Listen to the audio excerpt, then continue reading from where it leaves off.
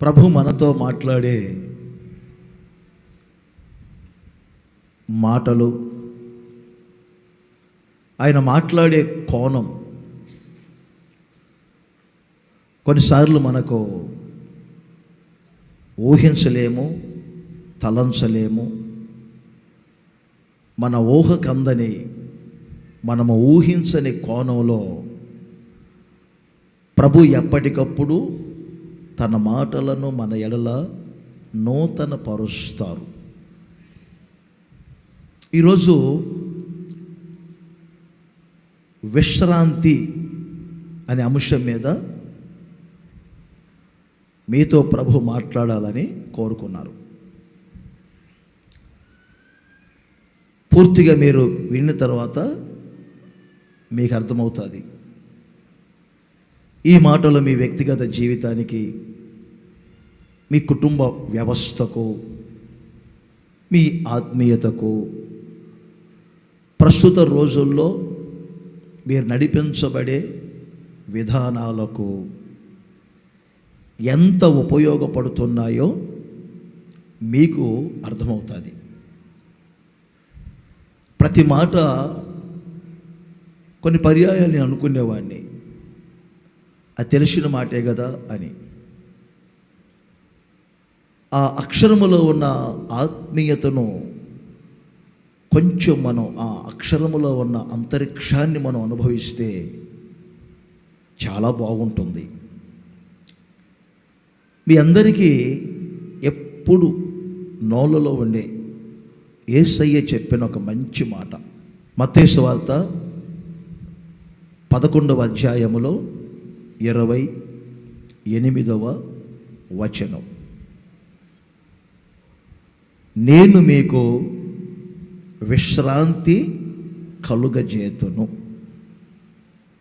29. అప్పుడు మీ ప్రాణములకు విశ్రాంతి దొరుకును. విశ్రాంతి లేక నెమ్మది, నెమ్మలత, ఇంగ్లీష్లో రెస్ట్ అంటారు. రకరకాల విధాలుగా విశ్రాంతి ఉంటుంది. అంటే నిత్య విశ్రాంతి ఒకటి ఉంటుంది. ప్రకటన గ్రంథంలో మనం చూస్తాం ఆ మాటలు. ఇక నుండి మృతునందు మృతులు ధన్యులు, వారు తమ ప్రయాసలన్నీ మాని విశ్రాంతిని పొందుచున్నారు అని వ్రాయబడింది. ఇది నిత్య విశ్రాంతి. చనిపోయిన తర్వాత పరదైసులో ఉండే ఒక విశ్రాంతి. సరిగ్గా వినాలి. రెండవది, భక్తులు చనిపోయినప్పుడు దీని గురించి చెప్పారు. భక్తులైన వారు తీసుకొని పోబడుచు ఉన్నారు, వారు తమ విశ్రాంతిలో ప్రవేశించుచున్నారు అని. చనిపోయినటువంటి వ్యక్తులు నిత్య విశ్రాంతిలో ప్రవేశించారు, ఒక రెస్ట్ ప్లేస్లోకి వెళ్ళారు అనే ఒక విశ్రాంతి, నిత్య విశ్రాంతి ఉంది. తర్వాత మన పితరులకు విశ్రాంతి దినము ఒకటి ఉంది. విశ్రాంతి దినము అంటారు దీన్ని. వాళ్ళు ఆదివారం నుండి శుక్రవారం వరకు, వాళ్ళ లెక్కలో ఆదివారం నుండి శుక్రవారం వరకు అన్ని పనులు చేసుకుంటారు. శనివారం వాళ్ళకు విశ్రాంతి దినం, యోధులు ఇజ్రాయేలీల లెక్క ప్రకారం. విశ్రాంతి దినమున వాళ్ళు అందరూ ఒక పరిశుద్ధమైనటువంటి సంఘముగా కూడుకుంటారు.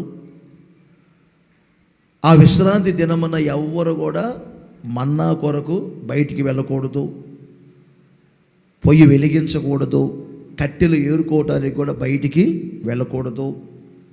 చాలా నిష్టగా విశ్రాంతి దినములను వారు ఆచరిస్తారు.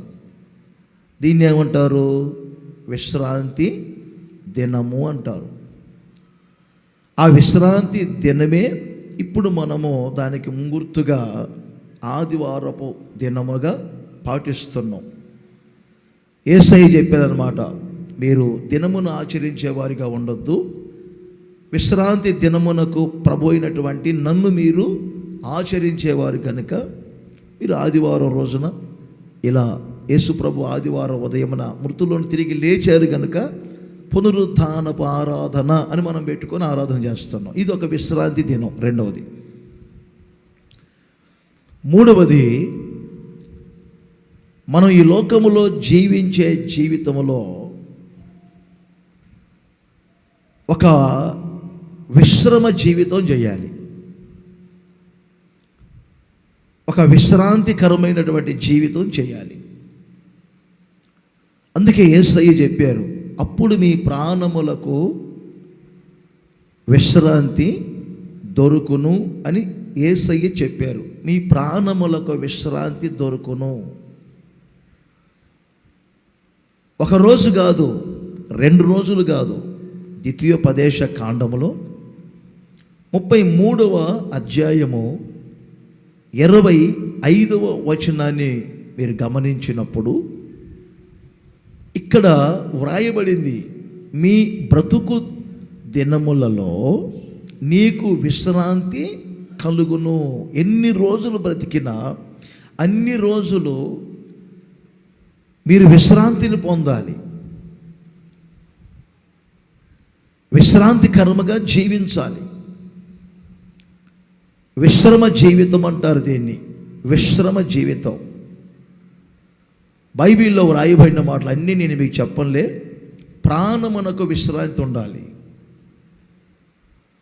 ఫిలోమోన్లో అంటాడు, ఫిలోమోన్లో 1వ అధ్యాయములో 7వ వచనములో ఉంటుంది, హృదయమునకు విశ్రాంతి, హృదయమునకు విశ్రాంతి. పౌలు గారు చెప్తారు, పౌలు గారు, మీ ఆత్మకు విశ్రాంతి. ఇలా నేను చెప్పుకుంటూ వెళ్తే మనిషి ప్రాణములోను శరీరములోను ఆత్మలోను తాను జీవించున్నటువంటి జీవితములో ఒక విశ్రాంతికరమైనటువంటి జీవితం చేయాలి. నా ప్రభువైన యేసుక్రీస్తు చెప్పారు, నేను మీకు విశ్రాంతిని కలగజేస్తాను. ఒక సేవకునిగా నేను అడుగుతున్నాను, మీరు భౌతిక జీవితంలో ఆత్మీయతలో ఎప్పుడు ఒక విశ్రమ జీవితము అనుభవించుదురుగాక. మీ ప్రాణములకు విశ్రమము కలుగునుగాక, మీ ఆత్మకు విశ్రమము కలుగునుగాక, మీ మనసుకు ఒక విశ్రమము కలుగునుగాక, మీ శరీరమునకు విశ్రమము కలుగునుగాక. ఒక విశ్రమ జీవితము మీరు మీ కుటుంబాలు చేయుదురుగాక. ఇప్పుడు చేతులు ఊపుతూ చెప్పండి గట్టిగా, హల్లెలూయా.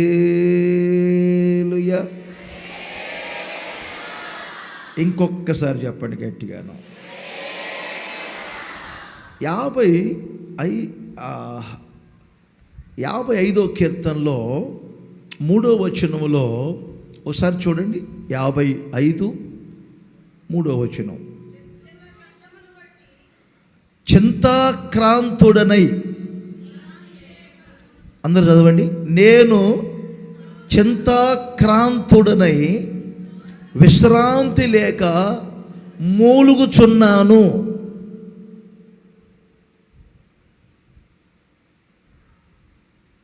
విశ్రాంతిగా బ్రతకండి, విశ్రమము చెయ్యండి అని ప్రభు చెప్తూ ఉంటే ఈ కీర్తనాకారుడు అంటాడు, నేను చింతాక్రాంతుడనై విశ్రాంతి లేక మూలుగుచున్నాను. ఎందుకు విశ్రాంతి లేదు? యోబు గ్రంథం 3వ అధ్యాయం 26వ వచనాన్ని చూడండి. యోబు గ్రంథం 3వ అధ్యాయం 26వ వచనములో ఇక్కడ యోబు భక్తుడు నోట వచ్చిన ఒక మాట, నాకు నెమ్మది లేదు, సుఖము లేదు, విశ్రాంతి లేదు. ఏమున్నది మరి? శ్రమయే నాకు సంభవించుచున్నది.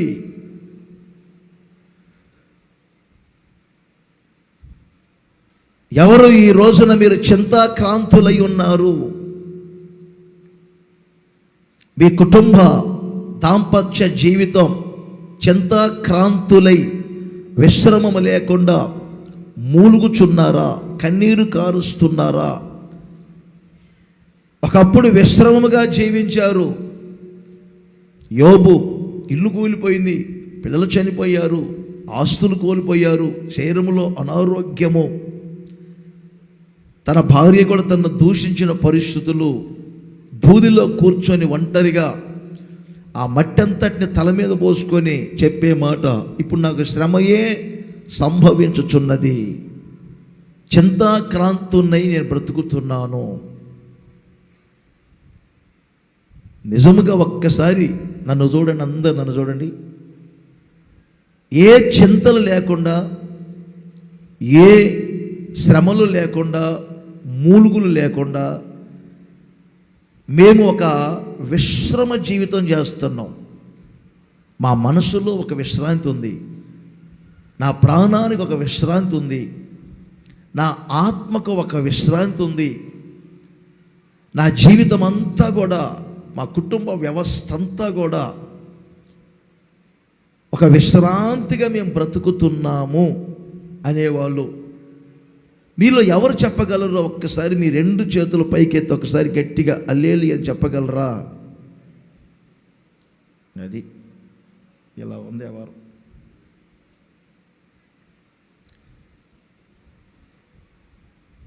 అందుకే ఈ మాటను ప్రభువు నా ముందు పెట్టారు.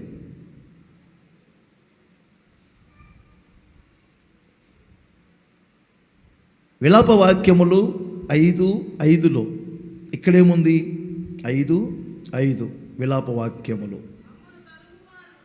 మమ్ములను తరుమువారు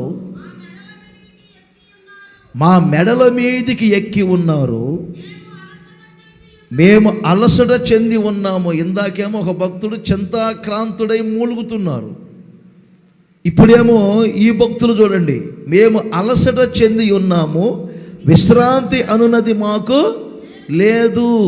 ఏదో ఒక్కసారి అందరు చదవండి ఈ మాట, ఆఖరి మాట, విశ్రాంతి అనున్నది మాకు.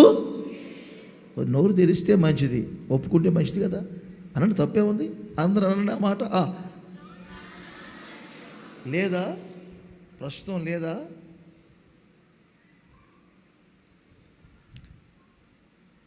విశ్రాంతి అనున్నది మాకు లేదు. ఈ ఏప్రిల్ నెల నా ప్రభువు శోధనలో మిమ్మల్ని కాపాడుట మాత్రమే కాదు, శోధన దినములలో మిమ్మల్ని కాపాడుకుంటూ ఉండటమే కాదు, మీ ప్రాణాత్మ దేహములకు, మీ కుటుంబ వ్యవస్థకు నా దేవుడు ఒక విశ్రమాన్ని కలగజేయబోతా ఉన్నారు. మీరందరూ ఒక విశ్రాంతికరమైన జీవితము చేయుదురుగాక. అందరి చేతులు ఊపుతూ చెప్పండి గట్టిగా, హల్లెలూయా. ఆ ఇమేజ్లో ఒక బోడి బోడే ఉంది కింద, ఆడ బోడి మనిషి, తల మీద జుట్లేదా? ఆడ మనిషా మగ మనిషా? ఆ మనిషి ఆడ మనిషేనా? యువతలు కూర్చున్నామే ఆడవేనా? ఆ పిల్ల మాత్రం జుట్టు ఉంది దానికి, అది ఆడదే. ఇటు పక్కది కూడా ఆడదే. ఆ మధ్యోడు బుజ్జోడు మగ పిల్లోడు. ఉదాహరణ, ఆమె కూడా వెనకామె కూడా ఆడవేనా? Jeans pant వేసినట్టుంది. మొత్తం మీద ఫుల్ విశ్రాంతిలో ఉన్నారు వాళ్ళు. అది ఎందుకు మీకు చేయించానంటే, మీ కుటుంబం, భార్యాభర్తలు, పిల్లలు అలా విశ్రమించాలని, ఒక విశ్రమగా జీవించాలని. తల్లి అంటే కూతురుకు పడదు, కూతురు అంటే తల్లికి పడదు. కొడుకు చెప్పిన మాట తండ్రి వినడు, తండ్రి చెప్పిన మాట కొడుకు వినరు. భార్య ముఖమేమో కిచెన్ వైపు ఉంటుంది, భర్త ముఖమేమో బాత్రూమ్ వైపు ఉంటుంది. పాపం పైకెక్కి ఏమైనా బయటకు వచ్చి అమ్మగారు టాటా బాయ్ బాయ్ చెప్తుంది ఏమనుకుంటాడు. ఏనా ఎంతసేపుడికి ఆమె రాదు, నీ కర్మ అనుకుంటే ఏం వెళ్తాడు. కుటుంబ వ్యవస్థ ఎలా ఉంటుంది? పిల్లలకి ఏదో తల్లి బాయ్ అని చెప్దాం అనుకోండి, బయటకు వస్తారు. బయటికి రాగానే ఈ పిల్లలు వాళ్ళ అమ్మ వైపు చూడరు. ఎందుకంటే ఏదో ఉంది.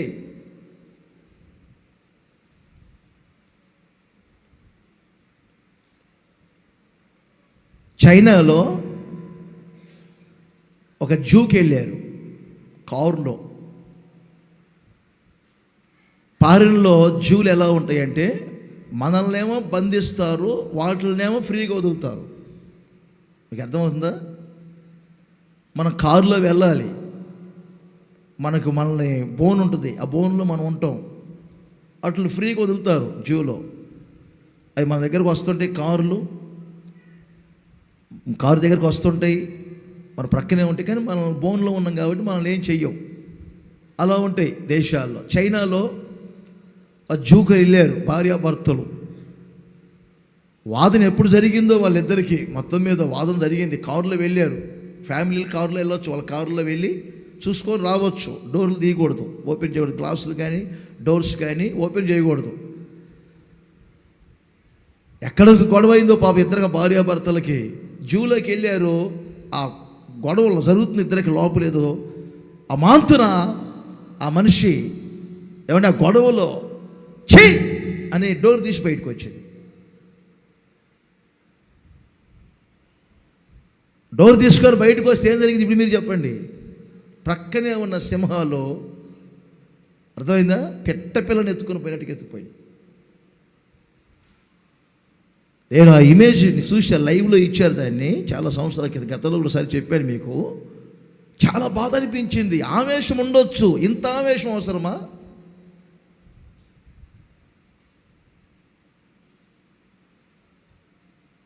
తన జీవితాన్ని తన శరీరాన్ని, తన జీవితాన్ని, లోపల ఇద్దరు పిల్లలు ఉన్నారు, భర్త, భార్య, పిల్లలు. చక్కగా ఏదో కొంచెం టైంపాస్ కొరకు ఎంజాయ్ చేద్దామని జూ పార్క్కి వెళ్తే తీసే మనిషి కనీసం ఇక్కడ జూ ఉందే, ఈ జూలో సింహాలు ఉన్నాయే, నేను డోర్ తీసుకొని బయటికి వెళ్తే నేను చనిపోతానే, ఆ సింహాలు నన్ను ఎత్తుకుపోతాయే, నన్ను తింటాయే, నా పిల్లలు నేను అనాథులుగా చేస్తానే అనే కొంచెం కూడా జ్ఞానం లేకుండా, అంత కోపమా, అంత రోషమా, అంత పరిస్థితి. ఆ తరువాత చెప్పుకున్న వస్తాయా? ఈ రోజున చాలామంది ఇలా చింతాక్రాంతులు అవుతున్నారు. విశ్రాంతికి వ్యతిరేకంగా శ్రమలు అనుభవిస్తున్నారు. నలుదిశల శ్రమలు చుట్టుముట్టే. ఈ రోజున చాలామంది జీవితంలో విశ్రాంతి లేదు, ఒక విశ్రమాన్ని చేయలేకపోతున్నారు, ఒక ప్రశాంతత అనుభవించలేకపోతున్నారు. వారు చేసే డ్యూటీలో కానీ, వారి ఉద్యోగ వ్యవస్థలో కానీ, వారి వ్యాపారంలో, వాళ్ళ కష్టార్జితంలో, వాళ్ళ కుటుంబ వ్యవస్థలో ఒక విశ్రమము లేని జీవితం. నా ప్రభు అయిన యేసుక్రీస్తు అందుకే ఈ రోజున మీకు ఒక పిలుపునిస్తున్నారు. యెషయా ప్రవచన గ్రంథంలో నాకు ఒక మంచి మాట నచ్చుతుంది. 63వ అధ్యాయములో 14వ వచనాన్ని మీరు గమనించినప్పుడు, పల్లమునకు దిగు పశువులు విశ్రాంతి నొందునట్లు యెహోవా ఆత్మ మీకు విశ్రాంతి కలగజేయునగాక. విశ్రాంతి కలగజేయునగాక. నా నోట ఉంచిన ప్రభువు మాట మీరు ఈ నెలంతా కూడా ఒక విశ్రమ జీవితం చేయబోతున్నారు. చేతుల పైకే చెప్పుకోనండి, మీరు ప్రశాంతముగా బ్రతకబోతున్నారు. మీ ప్రాణమునకు నెమ్మది కలగబోతుంది, మీ ఆత్మకు ఒక నెమ్మది కలగబోతుంది. అదిగో మీ శరీరాలు కూడా సురక్షితముగా ఉండి నెమ్మదిని అనుభవించబోతూ ఉన్నారు. మీ కుటుంబ దాంపత్య జీవితం అంతా కూడా విశ్రమముగా జీవించబోతున్నారు, విశ్రాంతికరముగా బ్రతకబోతున్నారు. ఉప్పొంగుచున్నటువంటి సముద్ర తరంగముల వలె సమస్యలన్నీ కూడా యేసు నామములో అణచివేయబడునుగాక. మీ కుటుంబ వ్యవస్థలో వీచే గాలులు అణచివేయబడునుగాక. ఉప్పొంగుచున్న అలలన్నీ అణచివేయబడునుగాక. మీరు ఒక నిమ్మలతను అనుభవించుదురుగాక. నిమ్మలత అనుభవించుదురుగాక. ఎవరి ద్వారా అలజడి పొందుతున్నారో, దేని ద్వారా మీరు ఈ రోజున చింతాక్రాంతులు అవుతున్నారు, ఏ సమస్య మిమ్మల్ని కృంగతీస్తుందో, దావీదుకు నలుదిక్కులో ఉన్న శత్రువుల మీద దేవుడు విజయం ఇచ్చి నలుదిక్కుల అతనికి విశ్రాంతిని కలుగజేసిన దేవుడు ఈ రోజున మీ కుటుంబానికి, మీ వ్యక్తిగత జీవితానికి విశ్రాంతిని కలుగజేయునుగాక. హల్లెలూయా చెప్పండి గట్టిగా ఒకసారి, ఇంకోసారి గట్టిగా. కొన్నిసార్లు మాకు అనిపిస్తూ ఉంటుంది, సంస్థను నడిపించుకుంటాం, సేవకులు ఉంటారు, వందల సంఘాలు, వేల సంఘాలు, ఎటు నుండి ఏ సమస్య వస్తే అర్థం కాదు, ఎటు నుండి ఏ నిందలు వస్తే అర్థం కాదు. ప్రశాంతంగా సేవకులందరూ సాగిపోతూ ఉన్నప్పటికీ అవసరం లేని అలసళ్ళు పుట్టించే వాళ్ళు ఉంటారు. అవసరం లేని అలసళ్ళు పుట్టిస్తూ ఉంటారు. కొన్నిసార్లు కళ్ళల్లో నుంచి ఆనంద బాష్ప బిందువులు రాలినా కూడా వాటిల్ని ఏం బాధ వచ్చి పడిందో, ఎంత ఏడుస్తున్నారు, ఎవరు నల్లగొట్టారు, ఎవరు ఏడిపించారు అనే నినాదాలు.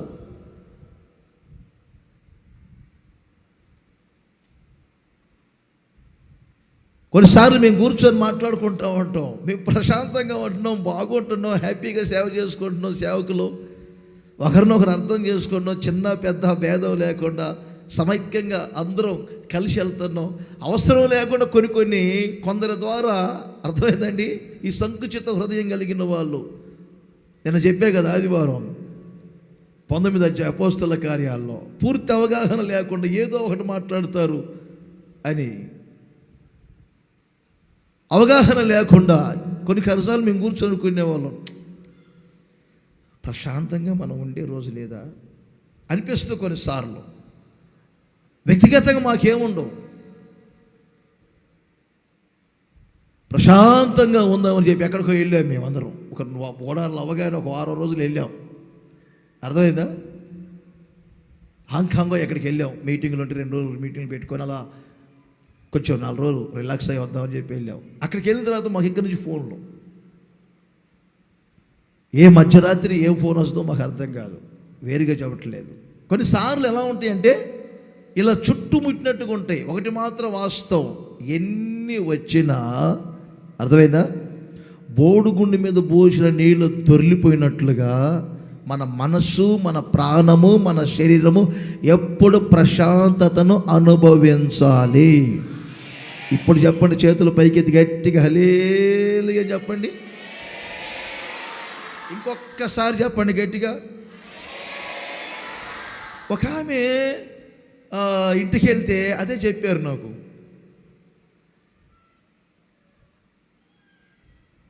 ఏదో పెద్ద పెద్ద సమస్యలన్నీ చెప్పారు.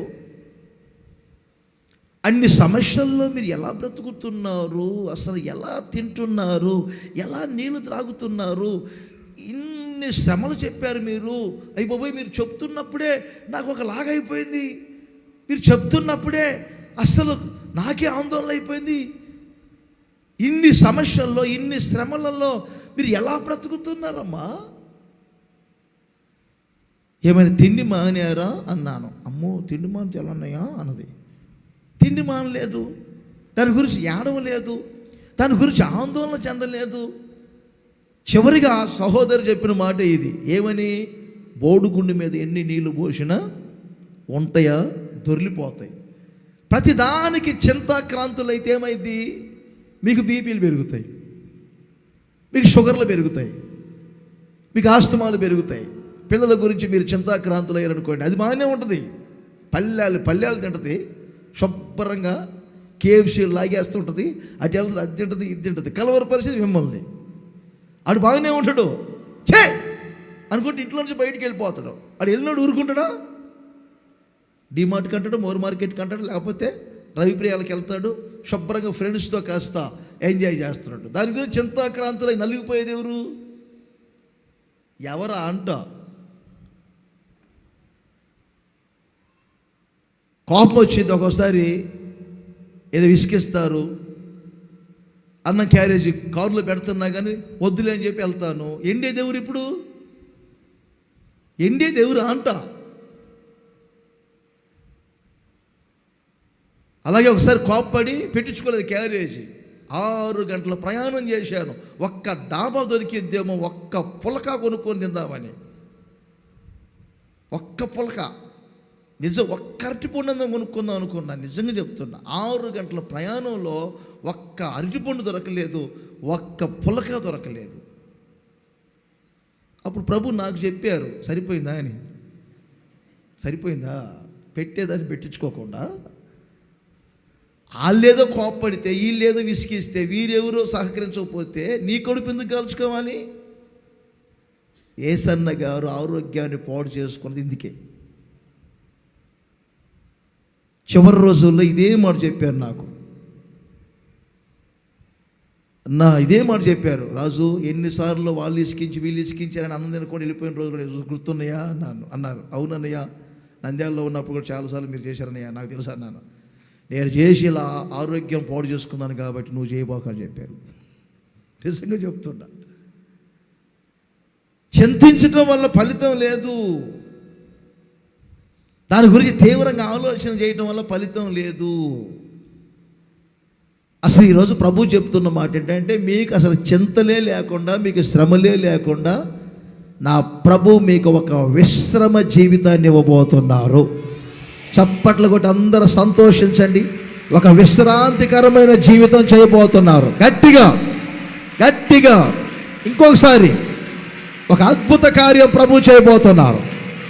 ఈ చోట నుండి మీరు ఇంటికి వెళ్ళేసరికి అద్భుత కార్యాలు చూడబోతున్నారు, ఆశ్చర్య కార్యాలు చూడబోతున్నారు, కుటుంబంలో మార్పును చూడబోతున్నారు, పిల్లల్లో మార్పును చూడబోతున్నారు, భర్త గారిలో మార్పును చూడబోతున్నారు, భార్యలో మార్పును చూడబోతున్నారు, ఇరుగు పొరుగు వారి మధ్యలో మార్పును చూడబోతున్నారు. నా ప్రభువు నోట వచ్చిన మాట మీ జీవితంలో నెరవేర్చగల శక్తి కలిగిన దేవుడు ఆయన, సమర్థుడైన దేవుడు నా ప్రభువైన యేసుక్రీస్తు. మీరు ఒక విశ్రమ జీవితము చేయుదురుగాక. అందరి చేతులు ఊపుతూ చెప్పండి గట్టిగా, హల్లెలూయా, ఆమేన్. ఇప్పుడు మీకు ఒక న్యూ వర్షన్లో చెప్తాను, జాగ్రత్తగా వినండి. ఇప్పుడు ఇప్పటివరకు మీరు ఎన్నో మాట్లాడి సాధారణమైన విషయాలే, జనరల్గా మాట్లాడాను. ఒక విశ్రమ జీవితంలో ఆ ఆధ్యాత్మికమైనటువంటి జీవితం ఎలా ఉంటుంది, అది ఈరోజు మీరు వినాలి, దాన్ని అనుభవించాలి, ఆ ప్రకారముగా నడుచుకోవాలి. నేను చెప్తున్నా వినండి మరొకసారి. విశ్రాంతి పొందిన వారి జీవితాలు ఎలా ఉంటాయి, విశ్రాంతి పొందిన వారి కుటుంబాలు ఎలా ఉంటాయి, విశ్రాంతి పొందినటువంటి ఆత్మీయత ఎలా ఉంటుంది.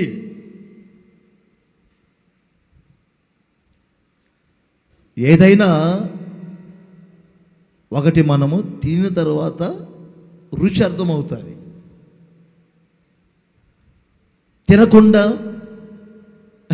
తిన్నానులే బాగుందంటే నటించినట్టు. అర్థమవుతుందా మీకు?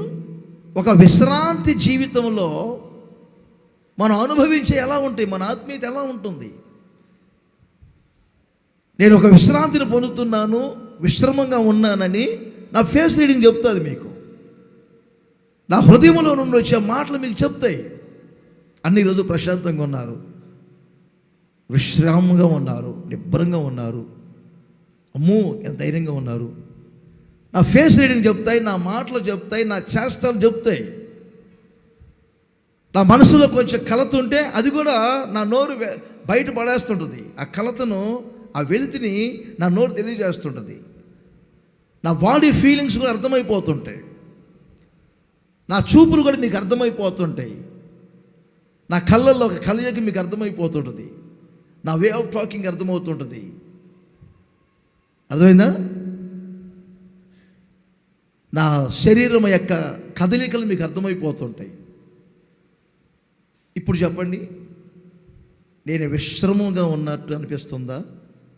ఏదైనా చింతాక్రాంతి ఉన్నట్లు అనిపిస్తుందా? నిజంగా చెప్పండి, షర్బాకండి, ఉన్నదే చెప్పండి. విశ్రమంగా ఉండి ప్రశాంతంగా ఈ మాటలు చెప్తున్నట్లుందా? ఏదో విసుగుగా ఉన్నట్టుగా ఉందా? చెప్పండి, షర్బాకండి, గట్టిగా చెప్పండి. విశ్రమంగా కనపడుతున్నాను. ఓకే, మరి నా ముఖం కూడా చూసి చెప్పండి అన్నయ్య అని మీరు అడగండి. కొంచెం తల్ల పైకి లేపండి. అన్నయ్యో నా ముఖం కూడా చూసి చెప్పు, నేను విశ్రమంగా ఉన్నానా? నా కళ్ళల్లో అలాంటి విశ్రమం కనపడుతుందా? నా పెదవుల మీద అలాంటి విశ్రమం కనపడుతుందా? నా హృదయం, నా మనస్సులో, నా చేష్టాలలో ఒక విశ్రమం కనబడుతుందా? పక్కన అడగండి, నేను ఎక్కడ చెప్పేది కానీ అడుగవు.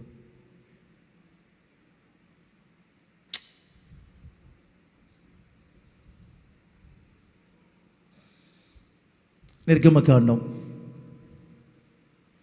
ఇలా చూసుకుంటూ చెప్పుకుంటూ పోతే 1 గంటకు కూడా అవ్వదు మన వ్యవహారం. అర్థమైందా? ఏటో వాతావరణం ఈరోజు చల్లగా ఉంది, కొంచెం ఎక్కువసేపు చెప్తాననేమో, అంతేగా? నిర్గమకాండం 33వ అధ్యాయం 14-15 వచనాలు అందరు చూడండి. పాయింట్ చెప్తాను, నోట్ చేసుకుందరు. నా సన్నిధి నీకు తోడుగా వచ్చును, నేను నీకు విశ్రాంతి కలగజేసేదను. ఏ సందర్భంలో చెప్పారు? పైనుండి కొంచెం మీరు చదువుకుంటే,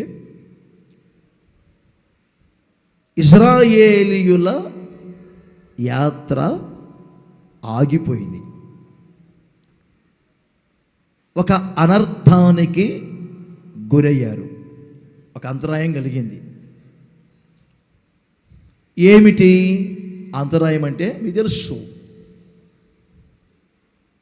అహరోను ఒక బంగారపు దోణ్ణి పెట్టాడు, యెహోవాకు పండుగని చాటించాడు. జనులు తినుటకు, త్రాగుటకు, ఆడుటకు లేచారు. మోషే రాతి పలకలు తీసుకుని వచ్చేసరికి జరిగిన ఈ సంభవాన్ని బట్టి ఆ రాతి పలకలను పగలగొట్టాడు. ఈ పనిని బట్టి 3000 మంది అక్కడ చనిపోయారు. దేవుడు అంటారు పై వచనంలో, ఐగుప్తు దేశములో నేను మీతో ఉన్నాను,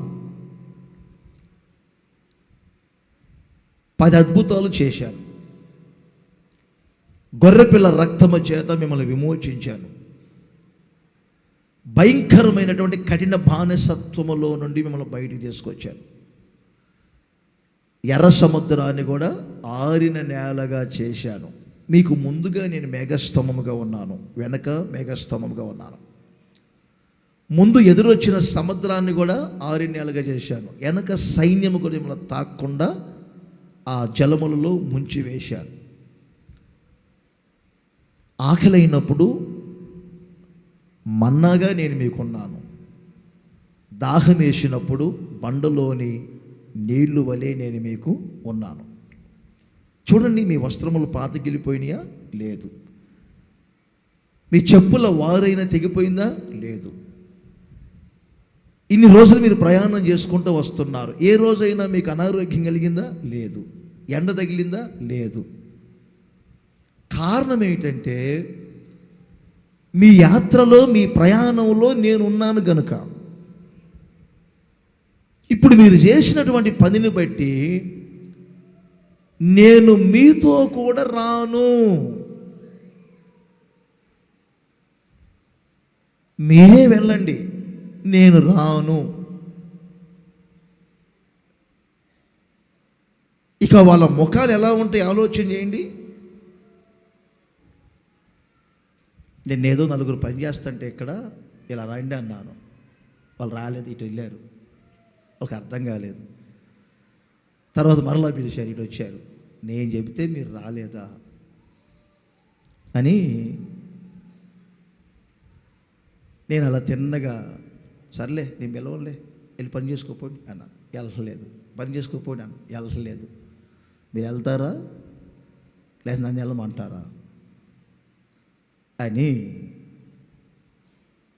ఈ లోపల వాళ్ళు అలాగే నిలబడి చూస్తుంటే నేను లోపలికి వెళ్ళా.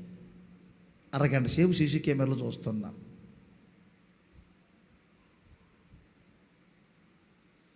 కాన్సన్ట్రేట్లో లేరు. ఇప్పుడు కూడా తేరుకోలేదు ఇంకా. అసలు వాస్తవానికి నేను లోపలికి వెళ్ళాలి. ఉదయం 7 గంటలకు వచ్చారు, నేను లోపలికి వెళ్ళాలి, డబ్బులు ఇవ్వాలి, నన్ను ఒత్తిడి చేస్తున్నారు. సందర్భం వచ్చింది కదా కాబట్టి నేను వెళ్ళాను. అర్థమైందా? ఓ చిన్న విషయానికే మనసు ఒకలాగా ఆందోళన, కంగారు. నా బిడ్డల మీద నేను కోప్పడి ముఖాన్ని తిప్పుకునే అంత పనిష్మెంట్ ఎవరికి ఇవ్వను. నా అవసరం మీద నేను వెళ్ళా, చూద్దాం కాసేపు అని. దేవుడు మరి నేను మీతో లేను, నేను మీతో రాను, నేను మీతో ఉండను, మీరే వెళ్ళిపోండి, నేను రానంటే ఎలా ఉంటుంది ఒకసారి ఆలోచన చేయండి. మీకు అర్థమైందా? నేను మీతో రాను అంటే మీకు అర్థం అవ్వాల్సిన విషయం ఏంటంటే, దేవుడు తన విశ్రాంతిని, తన కటాక్షమును, తన సన్నిధిని ప్రజలతో ఉంచినప్పుడు ఆ సన్నిధిని బట్టి, ఆ విశ్రాంతిని బట్టి, ఆ కటాక్షమును బట్టి దేవుడు వారితో ఉంటారు కనుక వారి ఆత్మీయ యాత్ర సాఫీగా సాగిపోతుంది. అందరు చేతులు చెప్పండి గట్టిగా, హల్లెలూయా. ఈ సమయంలో దేవుడు నేను రాను, ఎవరినైనా పంపించమంటారా? పంపిస్తాను. ఇటు పోయిన వారంలాగే జరిగింది ఇది కూడా. ఇక ఆయన పిలిచి నేను వీళ్ళు రైట్ రమ్మంటే రాలేదు, నాకు సంబంధం లేదు, ఇదిగో నువ్వు పిలిపించుకో, నువ్వు చేయించుకో, నేను మాత్రం మాట్లాడను, నేను మాత్రం ఏం చెప్పను అంటేను. వినండి బాగా, ఎవరినైనా పంపించమంటే పంపిస్తాను, ఎవరినైనా పంపించమంటారా? పంపిస్తాను, కానీ నేను మాత్రం రాను. మీకు అర్థమైందా? అప్పుడు మోషే, నేను చెప్పటం ఎందుకులే, మీరే చెప్పండి, నేనేం చేసేది. అప్పుడు దేవుడు అంటారు, నా సన్నిధి మీకు తోడుగా వచ్చును, నేను మీకు విశ్రాంతిని కలగజేస్తాను, నా కటాక్షం మీ మీద ఉంటుంది, మీ యాత్రలో మీకు విశ్రాంతి కలుగుతుంది, మీ యాత్రలో నా సన్నిధి మీతో కూడా తోడుగా వస్తుంది, మీ యాత్రలో నా కటాక్షం మీతో కూడా ఉండబోతుంది. హల్లెలూయా. ఇప్పుడు చూడండి 15వ వచనం, అదే నిర్గమకాండము 33:15. సన్నిధికి మరొక పదమే, నీ విశ్రాంతి, నీ సన్నిధి, మీ కటాక్షము రాని ఎడల ఇక్కడ నుండి మమ్ములను తోడుకొని పోకుము. అడుగు ముందుకు వేయం. మీ విశ్రాంతి మాకు లేకపోతే, మీ సన్నిధి మాకు లేకపోతే అడుగు ముందుకు వేయం. మీ కటాక్షం మా మీద లేకపోతే అడుగు ముందుకు వేయను. ఆలోచన చేయండి. మీరు ఫస్ట్ పాయింట్ మీరు నోట్ చేసుకోవాల్సింది ఏంటంటే, ఎవరి వ్యక్తిగత జీవితానికి, కుటుంబమునకు, సంఘమునకు దేవుని యొక్క విశ్రాంతి ఉంటుందో వాళ్ళ యాత్ర ఆగిపోకుండా సాఫీగా సాగిపోతుంది. ఆమేన్ చెప్పండి గట్టిగా. వాళ్ళ కార్యములు ఆగిపోకుండా సాఫీగా సాగిపోతున్నాయి.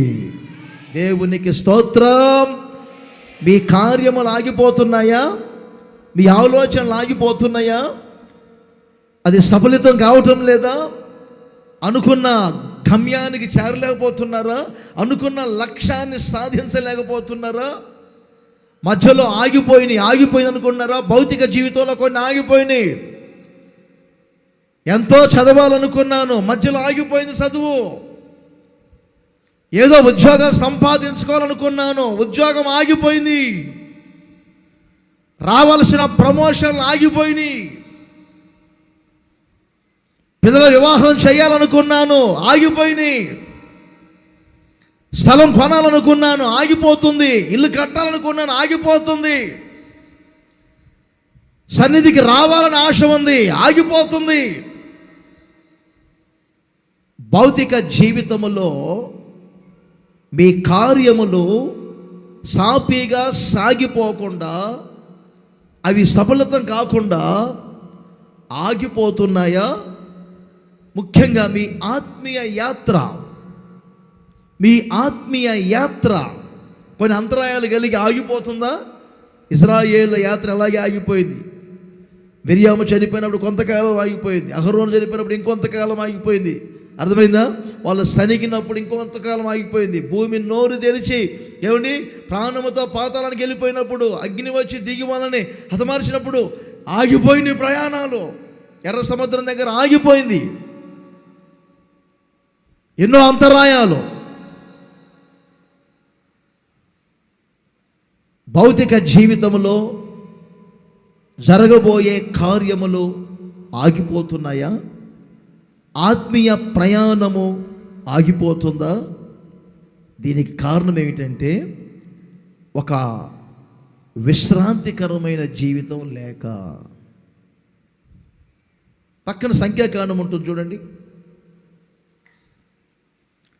సంఖ్యాకాండం 14వ అధ్యాయం 42వ వచనం. ఇది కూడా చూడండి. 14వ అధ్యాయం 42వ వచనం. అది కొనసాగదు. చెప్పండి, అది కొనసాగదు. నన్ను చూడండి, ఏం జరిగింది ఇప్పుడు? ఆ వాక్యాన్ని మరలా చూద్దాం. నన్ను చూడండి అందరూ ఒకసారి. దేవుడు చెప్తున్నారు స్వయముగా, అది కొనసాగదు.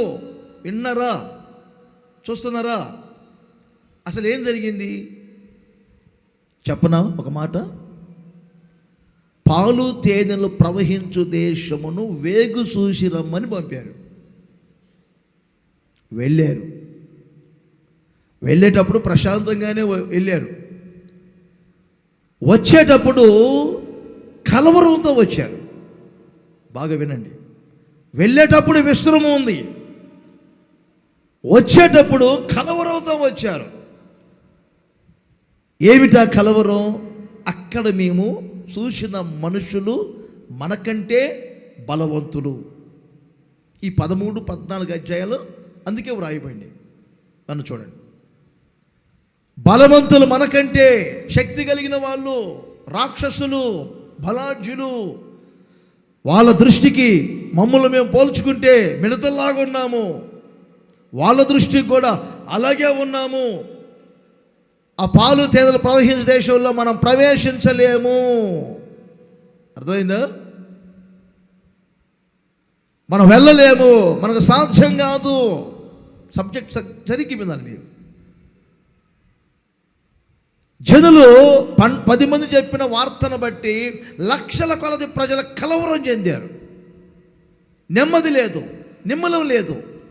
కాలేబు 13, 30, 31 ఈ వచనాలు చూస్తే జనులను నిమ్మలపరిచి, ఎంత నిమ్మలపరుస్తున్నా నిమ్మలం కావట్లేదు. ప్రశాంత లేదు వాళ్ళ హృదయంలో. ఆందోళన, విశ్రమం లేదు. కలవరాలతో విశ్రాంతి లేకుండా ఆత్మీయ యాత్ర ఎలా కొనసాగుతుంది?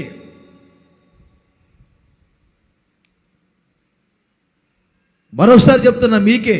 కలవరాలతో హృదయంలో ఆందోళన పెట్టుకొని ఒంటి నిండా ఏమనొచ్చు, ఒంటి నిండా పుట్టెడు రోగాలు, ఒంటి నిండా, ఆ ఇంటి నిండా చెప్పండి ఇన్ని అప్పులు, ఆందోళన, నిమ్మలం లేదు, ఏదో కలవరం. ఇన్ని పెట్టుకొని నా ఆత్మీయ యాత్రలో అనండి. ఎక్కడుంది ఆత్మీయ యాత్ర? అడ్డుబండలాగా నిలబడుతున్నాయి, స్పీడ్ బ్రేకర్ లాగా ఆగిపోతున్నాయి. సరే, మీ 10 మందే కాదు, మీ మాటలు విని ఎవరెవరు కలవరపడి ఆందోళన చెంది ప్రజలు కలవరపరిచారు.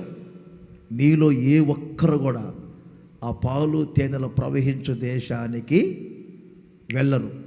నన్ను చూడాలి, యాక్టింగ్ బాగుంటుంది మీకు, ఛాలెంజ్ అని దేవుడు వాళ్ళతో అన్నాడు. ఎవరు వెళ్ళరు, అందరూ ఆకలి వెళ్ళిపోతారు. ఒక కాలేబు యెహోషువ మాత్రమే వెళ్తారు. మీరు మొత్తం అరణ్యంలో ఆకులు వెళ్ళిపోతారు, మీ పిల్లలు మాత్రం వెళ్తారు అనేసరికే ప్రజలందరికీ భయం ఏర్పడింది. వామ్మో, మేము ఇక్కడి నుంచి ఆ దేశంలోనికి రామనేసరికే, అర్థమైందా, రామనేసరికే దేవుడు ఎంత పనిష్మెంట్ ఇస్తున్నారా అని అన్ఎక్స్పెక్టెడ్గా ఒకరితో ఒకరు మాట్లాడుకొని వెళ్దాం పదండి అని పరిగెళ్తున్నారు. మీకు అర్థమవుతుందా భాష? పరిగెళ్తున్నారు. దేవుడు అంటారు అది సాగదు, మీరు వెళ్ళినా కానీ అది సాగదు. కింద చదవాలి ఆ మాట ఇప్పుడు. అది సాగదు, యెహోవా మీ మధ్య లేడు కనుక మీ శత్రువుల ఎదుట హతము చేయబడుదురు. మీరు సాగిపోబాకండి. నా సన్నిధి లేదు, నా కటాక్షము లేదు, నా విశ్రాంతి మీకు లేదు, సాగిపోకండి. ఏమర్థమైంది?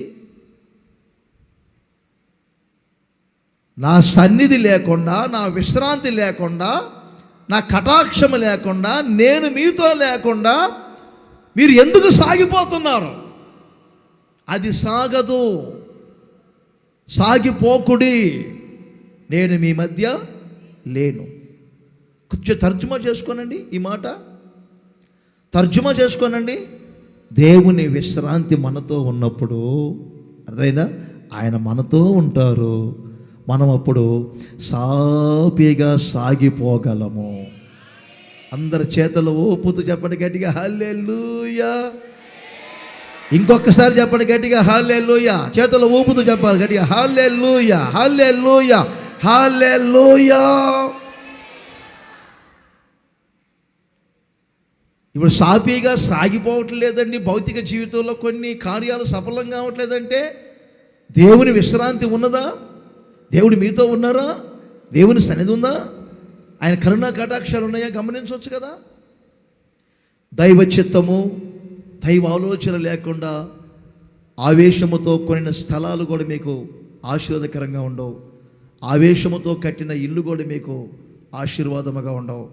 ఏదో ఒకటి అడావుడిగా ఇంట్లో నుంచి పిల్లలు ఎల్లగొట్టాలి కదా అని, ఏమండి, దైవ చిత్తం లేకుండా ఎవరికో ఒకరికి ఇచ్చి పెళ్లి చేస్తే వాళ్ళ నిండు 100 ఏండ్ల జీవితాన్ని మీరే మీ చేతుల మీదకి పాడు చేసిన వాళ్ళు అవుతారు.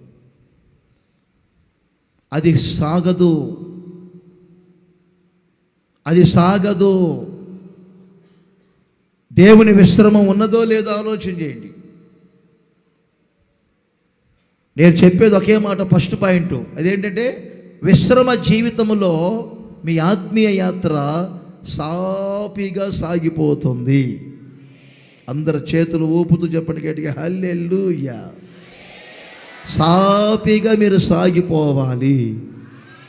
ఏలియా వలె బదరి వృక్షము క్రింద కూర్చొని ఇంత మట్టుకి ఇక చాలు. రాజుల మొదటి గ్రంథం 19వ అధ్యాయములో ఏలియా చరిత్ర మనకు అదే నేర్పుతూ ఉంటుంది. 100 మంది ప్రవక్తలను ఎదిరించినవాడు, చనిపోయిన వాళ్ళని తిరిగి బ్రతికించినవాడు, యోర్దాను నదిని దుప్పటితో కొడితే ఏకరాశిగా ఆగిపోయింది, ఆకాశం నుంచి వర్షాన్ని కురిపించినవాడు, అగ్ని కురిపించినవాడు, ఇన్ని కార్యములు చేసినటువంటి ఏలియా ఆత్మీయ జీవితం ఆగిపోయింది. తన భవిష్యత్ అంతటితో ముగింపుగా మార్చుకున్నారు. ఇంత మట్టుకు ఇక చాలు, నా పితరుల కంటే నేను గొప్పవాడిని కాను, ఏదైనా చంపు, ఇక నా బ్రతికెందుకు, తను తాను కించపరుచుకుంటూ అవమానపరుచుకుంటూ ఏలియా బదరి వృక్షమ కింద మరణాపేక్ష గలవాడే కూర్చున్నట్లుగా ఈ రోజున ఎక్కడ మీ భౌతిక ఆశీర్వాదాలు ఆగిపోయినాయి, ఎక్కడ మీ ఆత్మీయత ఆగిపోయింది. అందుకే ఈరోజు నా ప్రభు చెప్తున్నారు, నా విశ్రాంతిని నేను మీకు కలుగజేస్తున్నాను కనుక మీ ఆత్మీయ జీవితం ఇక మీదట సాఫీగా సాగిపోతుంది, సాఫీగా సాగిపోతుంది. హల్లెలూయా. ఇంకోసారి గట్టిగా హల్లెలూయా. 84వ కీర్తనలో 5వ వచనం నుండి ఇదే వ్రాయబడింది. ఏమని వ్రాయబడింది? నీ వలన బలము నొందు మనుషులు ధన్యులు, యాత్ర చేయు మార్గములు వారికి అతి ప్రియములు, బాకాలోయలో బడి వెలుచు దాని జలమయముగా చేయుదురు, తొలకరి వాన దాని దీవెనలతో కప్పును, వారు నానాటికి బలాభివృద్ధి పొందుచు ప్రయాణము చేయుదురు, వారిలో ప్రతివాడును సియోనులో దేవుని సన్నిధిని కనబడతారు. వాళ్ళు ఎక్కడికి ప్రయాణం చేస్తున్నారు? వాళ్ళ యాత్ర ఎక్కడికి? నిత్య సియోనుకు ప్రయాణం చేస్తున్నారు. మన పితరులు భౌతికమైన యెరూషలేముకు, భౌతికమైన సియోనుకు ప్రయాణం చేశారు. మనము ఆత్మీయ యెరూషలేము సియోనుకు ప్రయాణం చేస్తున్నాం. వాళ్ళ ప్రయాణము ఆగిపోవటానికి కారణం విశ్రాంతి పొందక, వారి ప్రయాణం సాగటానికి కారణం విశ్రాంతి ఉండుట వలన. ఇప్పుడు మీ ప్రయాణం కూడా ఆ నిత్య సియోనుకి సాఫీగా సాగిపోవాలంటే నా దేవుడు మీకు విశ్రాంతిని కలుగజేయునగాక. ఇంకొకసారి చేతులు ఊపుతూ చెప్పండి గట్టిగా హల్లెలూయా. ఓపాలి గట్టిగా గట్టిగా గట్టిగా గట్టిగా గట్టిగా గట్టిగా. ఆమేన్. దయ్యం పట్టిన వాళ్ళు మీరు చూశారో లేదో, నేను చాలామంది చూశాను. దయ్యం పట్టిన మనిషికి ప్రార్థన చేస్తున్నప్పుడు ముందు జుట్టోడు పెరుక్కుంటుంది ఆ మనిషి. జుట్టు వందల లక్షల వేల లక్షల కొల దయ్యాలకు ప్రార్థన చేసి ఉంటారు. ఒక్కసారి యేసు నామములు అని అనక మునిపే జుట్టు ఓడబెరుక్కొని నీలుగుతూ ఉంటుంది జలగలాగా. జలగలు నీలుగుతాయి చూడండి, జలగలాగా. యేసు నామములో అనగానే కింద పడుతుంది. దారుణంగా తేరుకొని దయ్యం పట్టిన మనిషి లేచి కూర్చొని మొదటి పని ఏంటంటే చేసేది ఊడిపోయిన జుట్టును ముడేసుకుంటుంది. అంతకు మీకు అనుభవం లేకపోతే ఒక వారం నాతో పాటు రండి సభలకి. ఇలా ఊడిపోయిన జుట్టును ముడేసుకునే వాళ్ళు చాలామంది మీకు చూపిస్తా. అంటే అర్థం ఏంటంటే విశ్రాంతి పొందిన తర్వాత జరిగే కార్యములు ఏమిటి, ఇది మీకు చెప్తుంది. ఒక వ్యక్తి విశ్రాంతి పొందిన తర్వాత ఏం జరుగుతుంది? వాళ్ళ ఆత్మీయ యాత్ర సాఫీగా సాగిపోతుంది. అది ఆగిపోతుంది. ప్రార్థనే కానీ, విశ్వాసమే కానీ, ఏమండి, విశ్వాసం అన్న కర్తయు దాన్ని కొనసాగించున్న యేసు వైపు సాగిపోవాలి. అది విశ్వాసమైన, పరిశుద్ధమైన, ప్రేమైన, సంపూర్ణతగా సాగిపోవాలి. ఇప్పుడు రెండో పని చెప్తా చూడండి. మూడేయటం అంటే ఏంటో. ద్వితీయోపదేశకాండం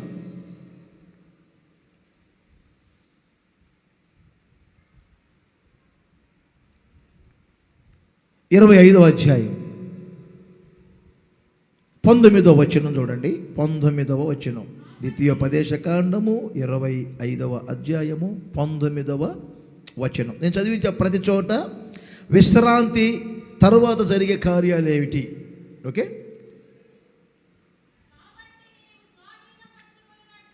నీ దేవుడైన యెహోవా స్వాస్థ్యముగా నీకిచ్చున్న దేశములో చుట్టుపట్లనున్న నీ సమస్త శత్రువులను లేకుండా చేసి, నీ దేవుడైన యెహోవా నీకు విశ్రాంతి దయచేసిన తరువాత, అది నోట్ చేసుకోండి, విశ్రాంతి పొందిన తరువాత, విశ్రాంతి దయచేసిన తరువాత, ఆ తర్వాత మీరు జీవించే జీవితం ఎలా ఉండాలి, మీ ఆత్మీయత ఎలా ఉండాలి? ఆకాశము క్రింద నుండి అమాలేకీయుల పేరును తుడిచివేయవలెను, ఇది మరచిపోవద్దు. ఆత్మీయ యాత్ర సాపిగా సాగిపోతుంది విశ్రమము ద్వారా. మొదటి మాట. 2, అమాలేకీయుల పేరును తుడిచివేయాలి. విశ్రాంతి పొందిన వారు ఏం చేస్తారు? అమాలేకీయుల పేరును తుడిచివేస్తారు. మరోసారి చెప్తున్నాను, అమాలేకీయుల పేరు భూమి మీద నుండి ఆకాశం క్రింద తుడిచివేయాలి, తుడిచివేయాలి. ఎవరు ఈ అమాలేకు? ఒకసారి నేను చెప్పాను, ఫాస్టింగ్ ప్రేయర్స్లో చెప్పాను, 3 రోజులు అమాలేకీయుల గురించి చెప్పాను. అమాలేకీయుల ఆత్మ, అమాలేకీయుల స్వభావం ఏమిటో చెప్పాను. 3 రోజులు అమాలేకీయుల ఆత్మ, అమాలేకీయుల స్వభావం గురించే మాట్లాడాను. ఈరోజు అమాలేకీయుల ఆత్మ అంటే ఏమిటి, అమాలేకీయుల పేరును తుడిచివేయటం అంటే ఏమిటి? దేవుని బిడ్డలు, అసలు ఈ అమాలేకి ఎవడు? సంఖ్యాకాండం 24వ అధ్యాయం 20వ వచనం చూడండి. 20వ వచనం, సంఖ్యాకాండము 24వ అధ్యాయము 20వ వచనం. అతడు అమాలేకీయుల వైపు చూచి ఉపమాన రీతిగా ఇట్లనెను, అమాలేకు అన్యజనులకు మొదలు, వాని అంతము నిత్యనాశనమే. అన్యజనుల స్వభావములు, అన్యజనుల స్వభావములు దేవుని ప్రజలలో ప్రవేశించటానికి మూలకారకుడు ఇప్పుడు ఎవరు చెప్పండి? అమాలేకీయుడు. అమాలేకీయుడు అన్యజనుల స్వభావము చంపాలి. అమాలేకీయుని చంపితే అన్యజనుల స్వభావాలు చనిపోతాయి. అన్యజనులలో కలిసి ఉండటం తప్పు కాదు, అన్యజనులు మీ చుట్టూ కలిసి ఉండటం తప్పు కాదు. సందేశం బాగా వినండి. అన్యజనులు మీ ఆఫీసులో ఉండటం తప్పు కాదు, అన్యజనులతో పాటు మీరు కలిసి ఆఫీసులో ఉండి పని చేయటం తప్పు కాదు.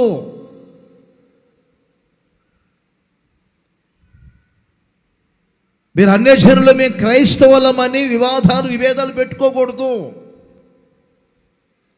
మీరు ముస్లిమ్స్ మేము క్రిస్టియన్స్ అని వివాదాలు పెట్టుకోకూడదు. మనుషులందరూ ఒకటే. ఆ రోజున బాబేలు గోపురాన్ని కట్టేటప్పుడు దేవుడు అందరిని చెదరగొట్టాడు. భూప్రపంచమంతా భాష మారిపోయింది, జాతులు మారిపోయినాయి. ఇక కులాలంటారా? మనుషులు ఏర్పరిచిందే కులం, కానీ దేవుడు ఏర్పరిచింది కాదు కులం. అంత డిబేట్లోకి నేను ఎప్పుడు వెళ్ళనులే. కానీ మనం ఒకే ఒక జాతి. ఏ జాతి? మానవ జాతి. మనమంతా ఎవరు చెప్పండి? నోరు తెరిచి చెప్పాలి అందరూ. మనమంతా ఎవరిమి? మానవ జాతి. హిందువులైనా మానవ జాతే, ముస్లిమ్స్ అయినా మానవ జాతే, క్రిస్టియన్స్ అయినా మానవ జాతే. అమ్మో ఇక్కడ అన్ని జనరాలు ఉంది అని చెప్పి అర్థమైందా? తలంచుకొని వెళ్ళాల్సినంత కంపోలేం కాదు వాళ్ళు. అన్యజనులతో కలిసి ఉండటం, అన్యజనులు మీతో కలిసి ఉండటం, అన్యజనులతో కలిసి పిల్లల స్కూల్లో చదువుకోవడం, ఇవిగా తప్పు. తప్పేమిటంటే అన్యజనులకు కొన్ని స్వభావాలు ఉంటాయి. ఆ స్వభావాలు మీలోనికి రాకూడదు. ఆ సాంప్రదాయాలు మీలోనికి రాకూడదు. మీ నిష్ట వేరు, మీ ప్రతిష్టత వేరు. మీ నిష్టలో మీరుండాలి. వాళ్ళతో పరిగెత్తటం లేదని కొన్నిసార్లు ఏం చేస్తుంటారు, మీ మీద కొన్నిసార్లు ఆతురముగా మాట్లాడుతుంటారు. పేతురు మొదటి పత్రిక 4వ అధ్యాయము 3వ వచనం చూడండి. 3వ వచనం, పేతురు మొదటి పత్రిక 4:3. మనము పోకిరి చేష్టలు, దురాశలు, మద్యపానము, అల్లరితో కూడిన ఆటపాటలు, త్రాగుబోతుల విందులు, చేయదగని పూజలు మొదలైన వాటి యందు నడుచుకొనుచు అన్యజనుల ఇష్టం. ఇప్పుడు నోట్ చేయండి, పోకిరి చేష్టలు ఎవరి ఇష్టం చెప్పాలి? అన్యజనుల ఇష్టం. పోకిరి చేష్టాలు, పోకిరి చేష్టాలు మీలోనికి వస్తే అమాలేకీయుడు నీలో పనిచేస్తున్నాడు. ఉండే ఆ వాక్యం ఉండండి. పోకిరి శాస్త్రాలు మీలో ఉంటే, పోకిరి శాస్త్రాలు మీ ఇంట్లో ఉంటే, పోకిరి శాస్త్రాలు మీ పిల్లల్లో ఉంటే, పోకిరి శాస్త్రాలు సంఘంలోనికి వస్తే, పోకిరి శాస్త్రాలు సేవకుల్లోనికి వస్తే, అన్యజనుల ఇష్టం మీద గమనించాలి. రెండవది దురాశలు. దురాశలు, ఒక చిన్న దురాశ ఏం చేస్తే, దురాశ గర్భము ధరించి పాపమును కొనగా పాపము పరిపక్వమై మరణానికి అంటుంది. దురాశ. ఆశలు ఉండాలి కానీ దురాశలు ఉండకూడదు. తెల్లబట్టలు వేసుకోవడం మంచిది, మీరు చాలా మంచిది. ఆడపిల్లలు మరీ తెల్లబట్టలు వేసుకోవడం మంచిది, వినండి. అయితే వేసుకున్న తర్వాత అద్దం ముందు నిలబడకుండా మీ అమ్మగారు ముందు నిలబడి, అమ్మా నేను వేసుకున్న బట్టలు ఒళ్ళంతా ఏమైనా బయటకు కనపడుతుందా, లేకపోతే ఒళ్ళు కనపడకుండా ఉందా అని అడగండి. మీ అమ్మ బాగా చూసి, కళ్ళు మస్కులుంటే కళ్ళజోడు పెట్టుకొని చూసి, అమ్మా నువ్వు వేసుకున్న బట్టలు ఒళ్ళంతా కనపడట్లేదమ్మా, లోపల ఇన్నరే కనపడుతుందమ్మా, కనపడట్లేదమ్మా, బాగున్నాయమ్మా అంటే అప్పుడు బయటికి రండి. లేకపోతే ఎక్కడ కాగితాలు ఎదుర్కొనే తగిలిద్ది, దానికి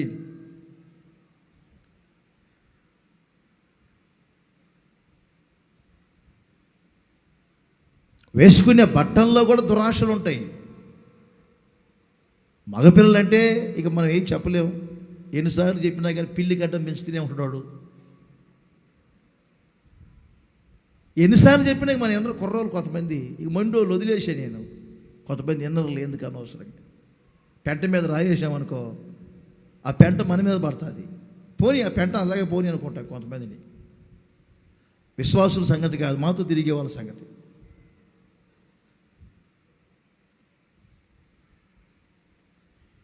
దురాశలు, దురాశలు.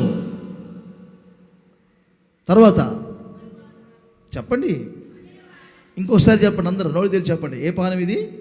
మద్యపానం. అమ్మ మజ్జగ కాదండి, మజ్జగ కాదు. మజ్జిగ అనుకుంటున్నారు మీరు. మజ్జిగ అయితే ఏం కాదు, తాగొచ్చు. ఇది మద్యపానం. ఇది బల్లారాధనే మరలా కొంచెం అప్పుడప్పుడు ఒళ్ళు నొప్పుల కొరకు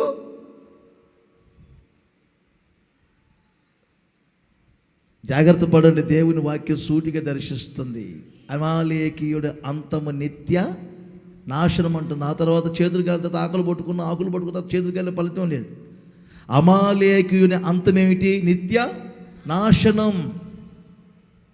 ఆ అమాలేకీయుల స్వభావం లేకపోతే ఆ స్వభావం మనిషిని నిత్య నాశనాన్ని తీసుకెళ్తుంది. మత్తు పానీయాలకు గురిగా కూడా దేవుని బిడ్డలు యేసుప్రభు నమ్ముకున్న తర్వాత లోకం పరిస్థితులు బాగలేదు. ఇప్పుడు ఆఖరి చూశారు, ఒక పాస్టర్ గారిని త్రాగుబోతుని చేశారు. ఏది నిజమో ఏది అబద్ధమో నమ్మలేని పరిస్థితులు. ఆఖరికి బ్రాందీ షాపులోకి వెళ్ళి బ్రాందీ కొనుక్కున్నారు. త్రాగుబోతనే ముద్రేసింది లోకం.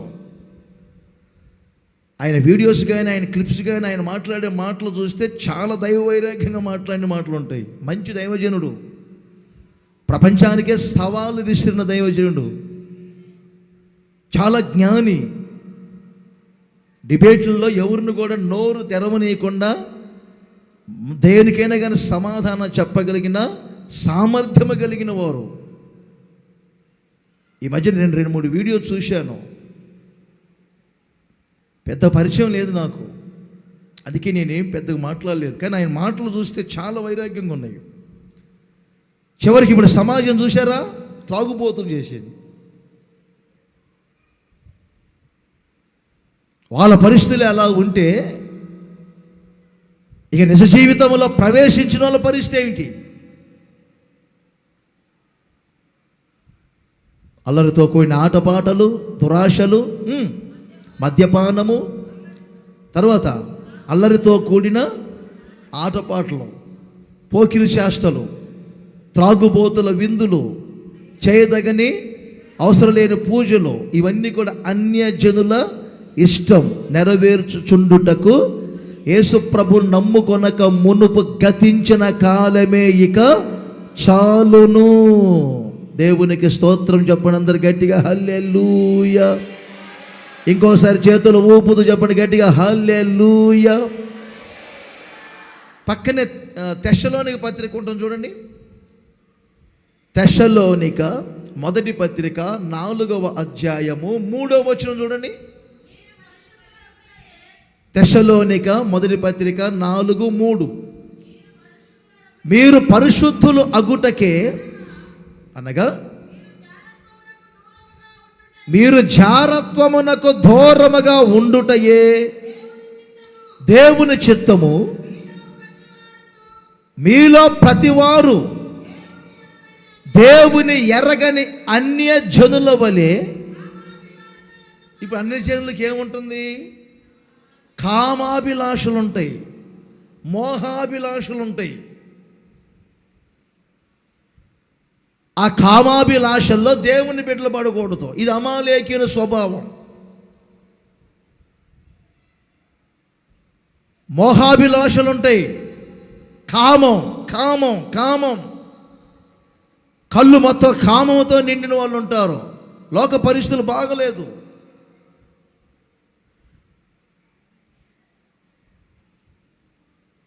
ఒక కుర్రోడు నా దగ్గరకు వచ్చి చెప్పారు, కుక్కను చూసినా కానీ ఫీలింగ్స్ మారిపోతున్నాయి అన్నాడు. ఇది ఎవడో ఒకసారి ఆలోచన చేయండి.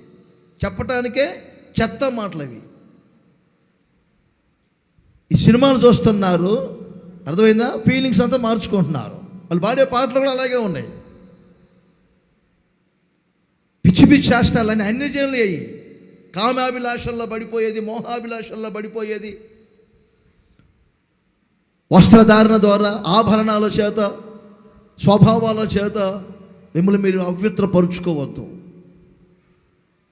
కామాభిలాష యందు కాక పరిశుద్ధత యందును ఘనత యందును తన మీ ఘటమును ఎట్లు కాపాడు కొనవలెనో అది ఎరిగి ఉండుటయే దేవుని చిత్తమై ఉన్నది.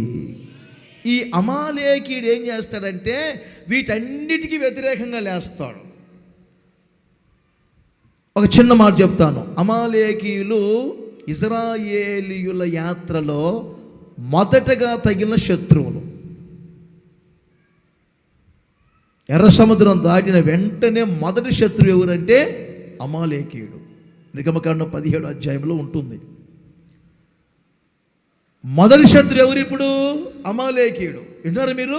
బాప్తిసం పొందిన వెంటనే ఒక శత్రువు ఎదురవుతాడు. ఐగుప్తు దాటి ఎర్ర సముద్రం దాటి కొంచెం యాత్ర కొనసాగించగానే ఒక శత్రువు ఎదురవుతాడు, అమాలేకీయుడు. వాడు ఖడ్గాలు పెట్టుకొని రాడు. కొన్ని స్వభావాలు మీ జీవితంలో కలగజేయటానికి ఇష్టపడతాడు. ఆ అమాలేకీయుణ్ణి హతమార్చడానికి మోషే ఏం చేశారు? 2 మనుషులను తీసుకొని వెళ్ళి ఒక కొండ మీద నిలబడి దేవుని కర్రను ఆకాశం వైపు ఎత్తి ఆయన చేతులెత్తి ప్రార్థన చేసినప్పుడు అమాలేకీయుల మీద ఇశ్రాయేలీయులకు జయము కలిగింది. ప్రార్థన ద్వారా అమాలేకీయుని హతమార్చారు. ప్రార్థన ద్వారా అమాలేకీయుని చంపగలిగారు. ప్రార్థన ద్వారా అమాలేకీయుడనే అన్యజనుల స్వభావాన్ని మీరు చంపగలరు. హల్లెలూయా. చేతులు ఊపుతూ చెప్పండి గట్టి హల్లెలూయా. ఇంకో మాట చెప్పనా, అంతటితో అమాలేకీయుని ఆత్మ ముగించబడలేదు. 16వ వచనములో చూడండి, 16. అమాలేకీయులు తమ చేతులను యెహోవా సింహాసనమునకు విరోధముగా ఎత్తిరి గనుక అమాలేకీయులతో తరతరములకు యుద్ధం. నిర్గమకాండం 17-16 ఎక్కడ చూస్తున్నారు? ఇశ్రాయేలీయులకు అమాలేకీయులతో తరతరములకు యుద్ధం. అందరండి, తరతరములకు యుద్ధం. ఇంకోసారి చెప్పండి. అంటే ఈ రోజు వరకు కూడా అమాలేకీయుని ఆత్మ పనిచేస్తుంది. అది తరతరాలకు యుద్ధం. అంటే దేవుని సింహాసనానికి, అంటే నడిపింపుకు, దేవుని ఏలుబడికి, దేవుని సింహాసనంలో నుండి మీకు కొన్ని నడిపింపు మాటలు చెప్తున్నాను. ఈ నడిపింపు మాటలన్నిటికీ అమాలేకీయుడు ఏం చేస్తాడు? విరోధముగా చేతులు పైకెత్తాడు.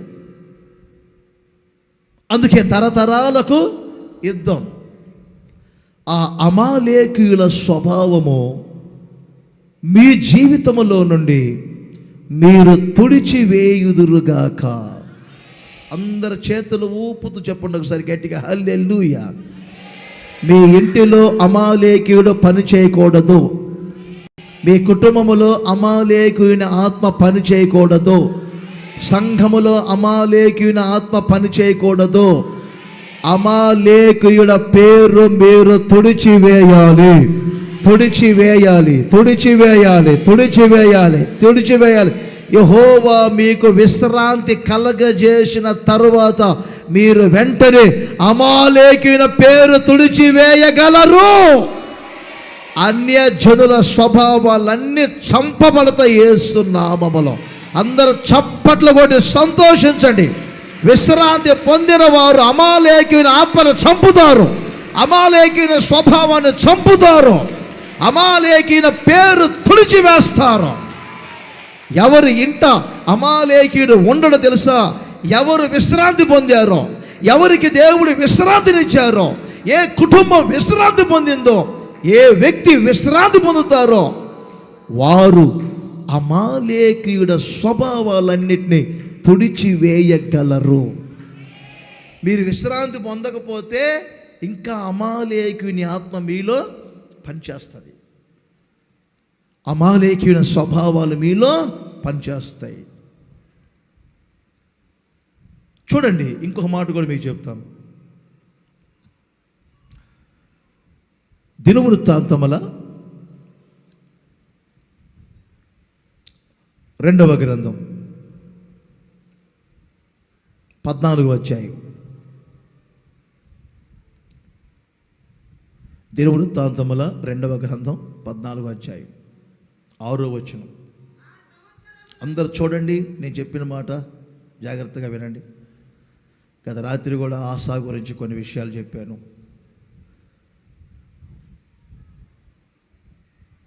ఓకే, చదువుతారు.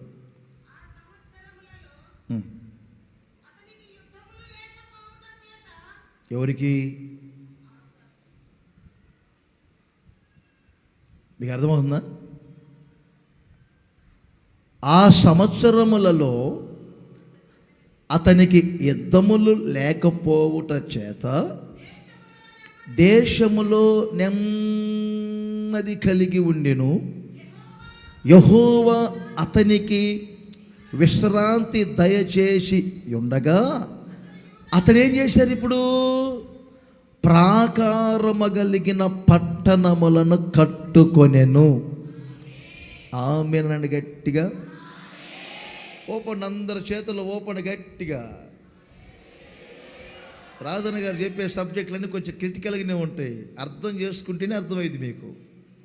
చాలా క్రిటికల్గా ఉంటాయి. అందరూ విశ్రాంతి విశ్రాంతి అని చెప్తారు. రాజన్న అలా చెప్పరు. విశ్రాంతిలో ఉన్న జీవితం ఏంటని చెప్తున్నా. అందరూ కాపాడుతారని చెప్తారు. రాజన్న గారు అలా చెప్పరు. కాపాడుటలో ఉన్న ఆత్మీయతల ఆశీర్వాదాలు, ఇది మీరు నేర్చుకోవాల్సింది. ఆశ గత రాత్రి కూడా చెప్పాను, చాలా మంచి రాజు. ఆయనకు ముందున్నటువంటి రాజులు వాళ్ళ తాతల తండ్రులు కంటే కూడా ఇతను చాలా భక్తిగా ఉన్నవాడు. వాళ్ళ అమ్మ మైకా ఉంది. అది ఏ మైకం అర్థం కాదు, మైకం అర్థం కాదు. కదిలించి బాకోనికి పెట్టు. ఆమె ఒక అసహ్యమైనటువంటి దేవతను చేసి పెట్టుకుంది. బాగా వినండి. వాళ్ళ అమ్మగారు,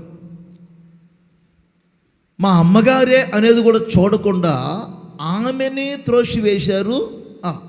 ఆమె అసహ్యమైనటువంటి నిలబెట్టినటువంటి దానిని కూడా త్రోసివేశాడు.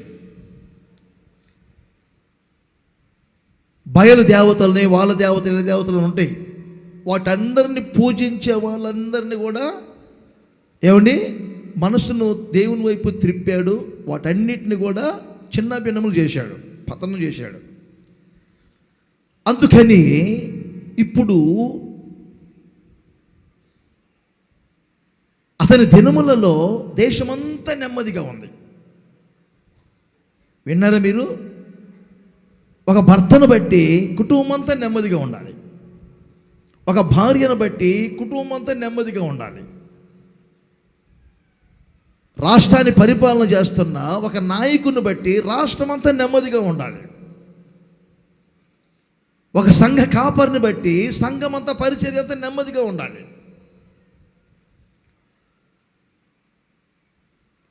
ఈ ఆశను బట్టి దేశమంతా నెమ్మదిగా ఉంది. మరలా చూడండి 6వ వచనం.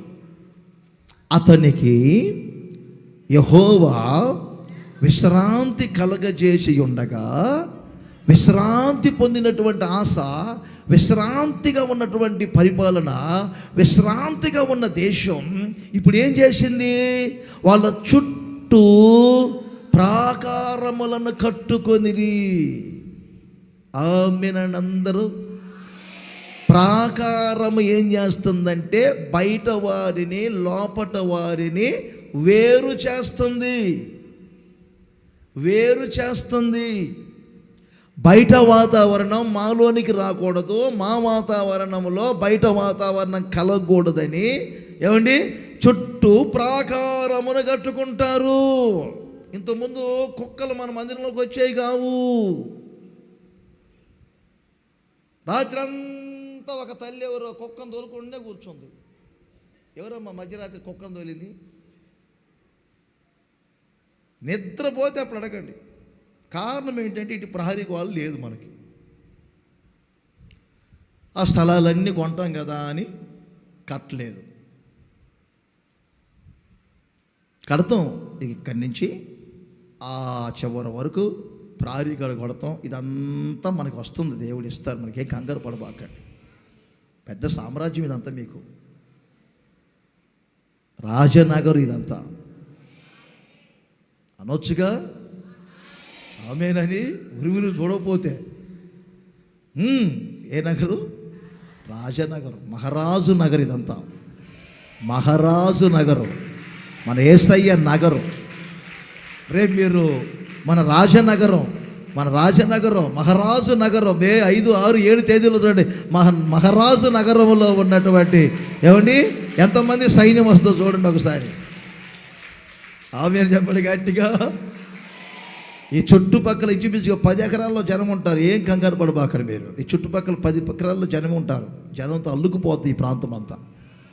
మహారాజు నగరం, బంగారు నగరం, మంచిది. ఎవరో మా కుక్కను తోలింది?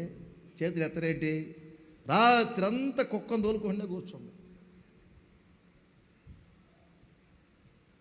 నాకు తెలిసి ఇప్పుడు చేతులు ఎత్తట్లేదంటే రాత్రంతా నిద్రపోకుండా కుక్క తోలి ఈరోజు ఎక్కడో నిద్రపోతుంది ఆ మనిషి.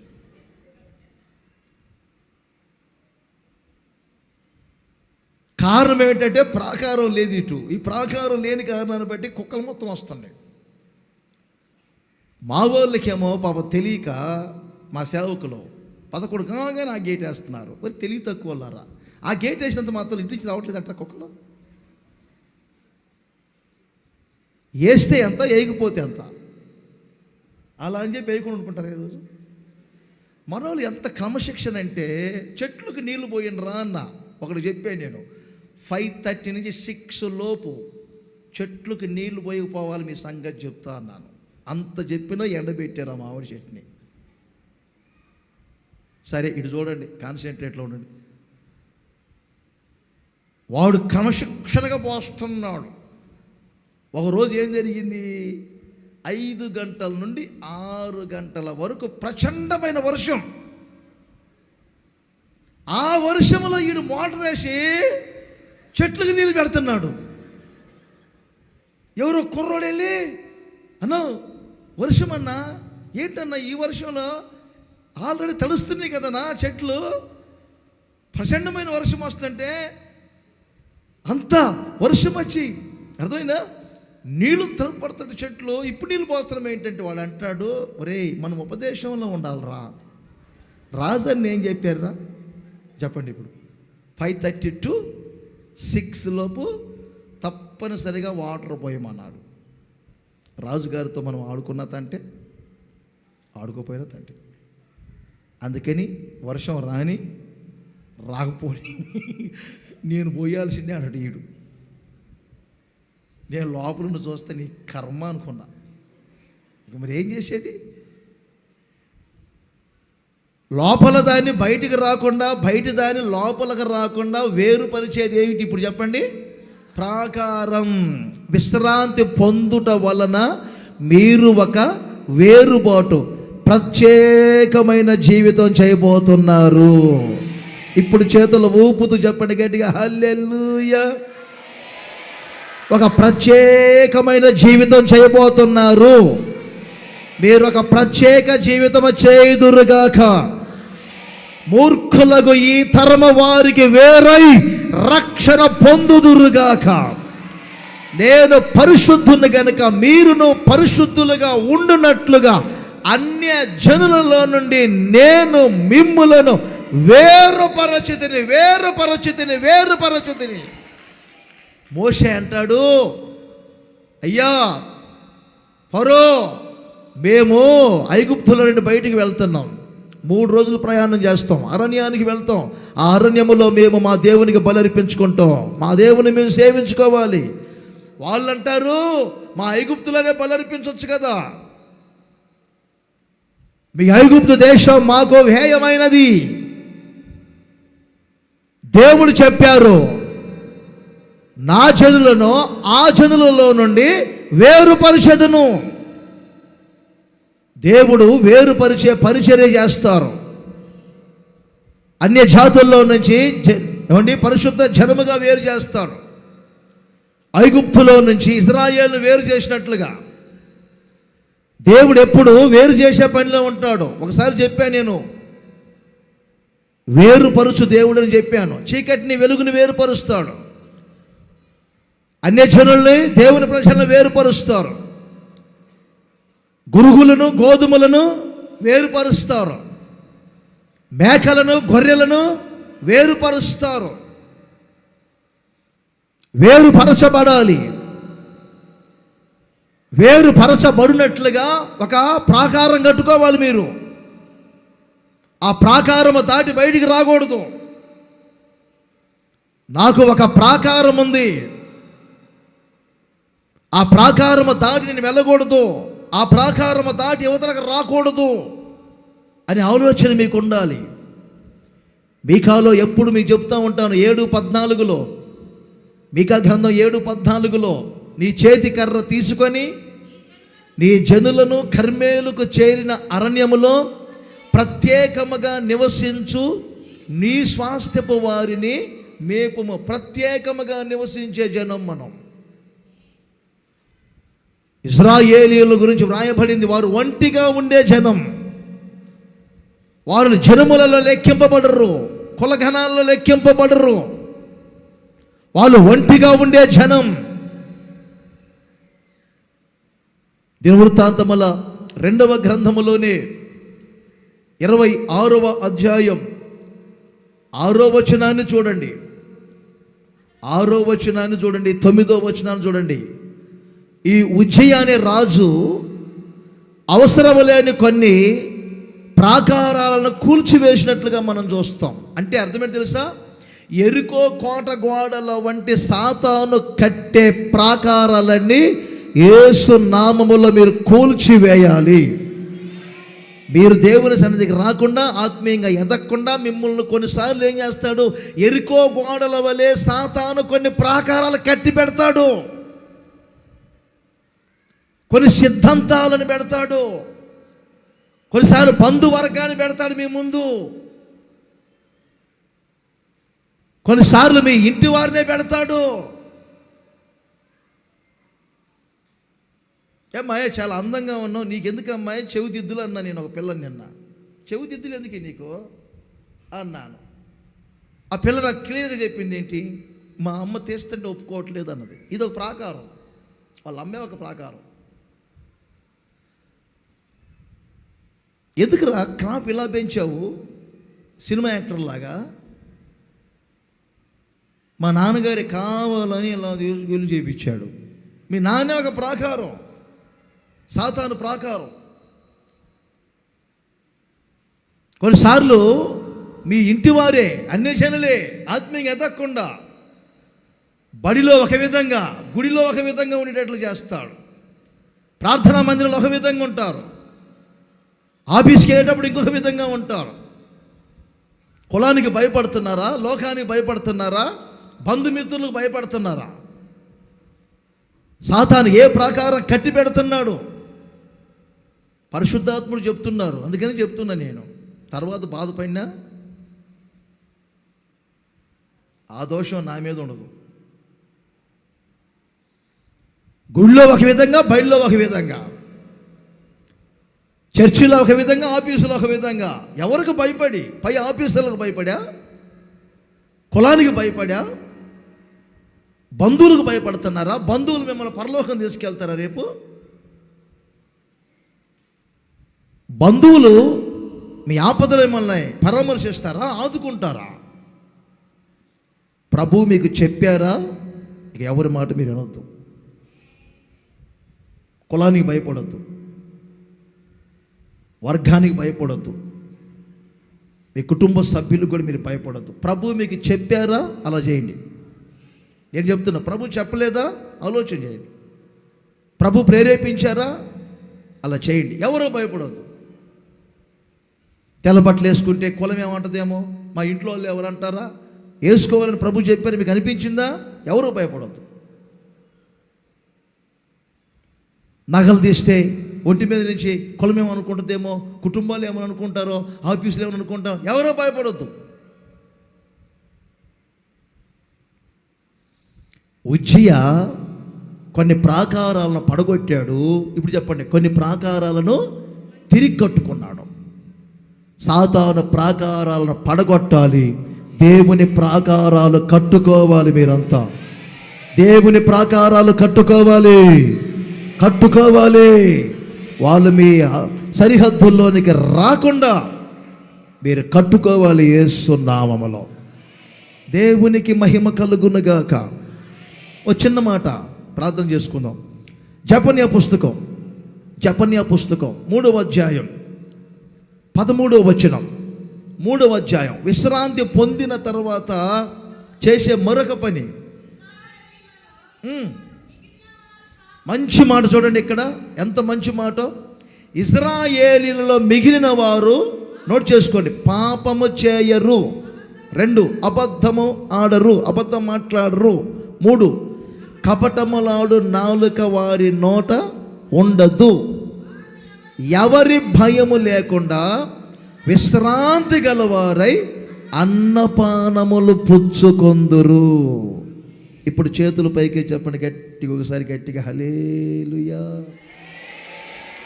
ఓపాలి ఓపాలి ఓపాలి ఓపాలి ఓపాలి. చేతులే కదా నేను ఓపమన్నది, ఓపండి. ఇంకొక్కసారి. విశ్రాంతి పొంది వాళ్ళు ఏం చేశారు? ఇప్పుడు అన్నపానములు పుచ్చుకొనిది అంటే ఇంటికెళ్ళి వెంటనే అన్నపానములు పుచ్చుకోలేమో అనుకుంటున్నారా? బంగారం, వెండి, బాబా. అన్నపానములంటే ఆత్మీయంగా ప్రభువు శరీరం, ప్రభువు రక్తం. మన కోణంలో మనం పోల్చుకొని మాట్లాడదాం. ఈ పేపర్ ఇలాగే పెట్టుకొని కొరింథీయులకు రాసిన మొదటి పత్రిక 10వ అధ్యాయంలో 3-4 వచనాలు చూస్తారు. నోట్ చేయండి. అందరూ ఆత్మ సంబంధమైన ఒకే ఆహారమును భుజించిరి. ఇది మన ప్రభు శరీరం. అందరూ ఆత్మ సంబంధమైన ఒకే పానీయమును పానము చేసిరి. ఇది మన ప్రభువు రక్తం.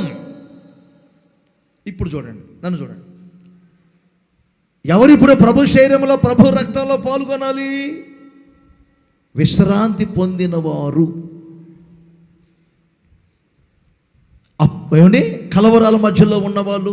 ఇప్పుడు మనం చెప్పని పుస్తకంలో రండి, 3:13.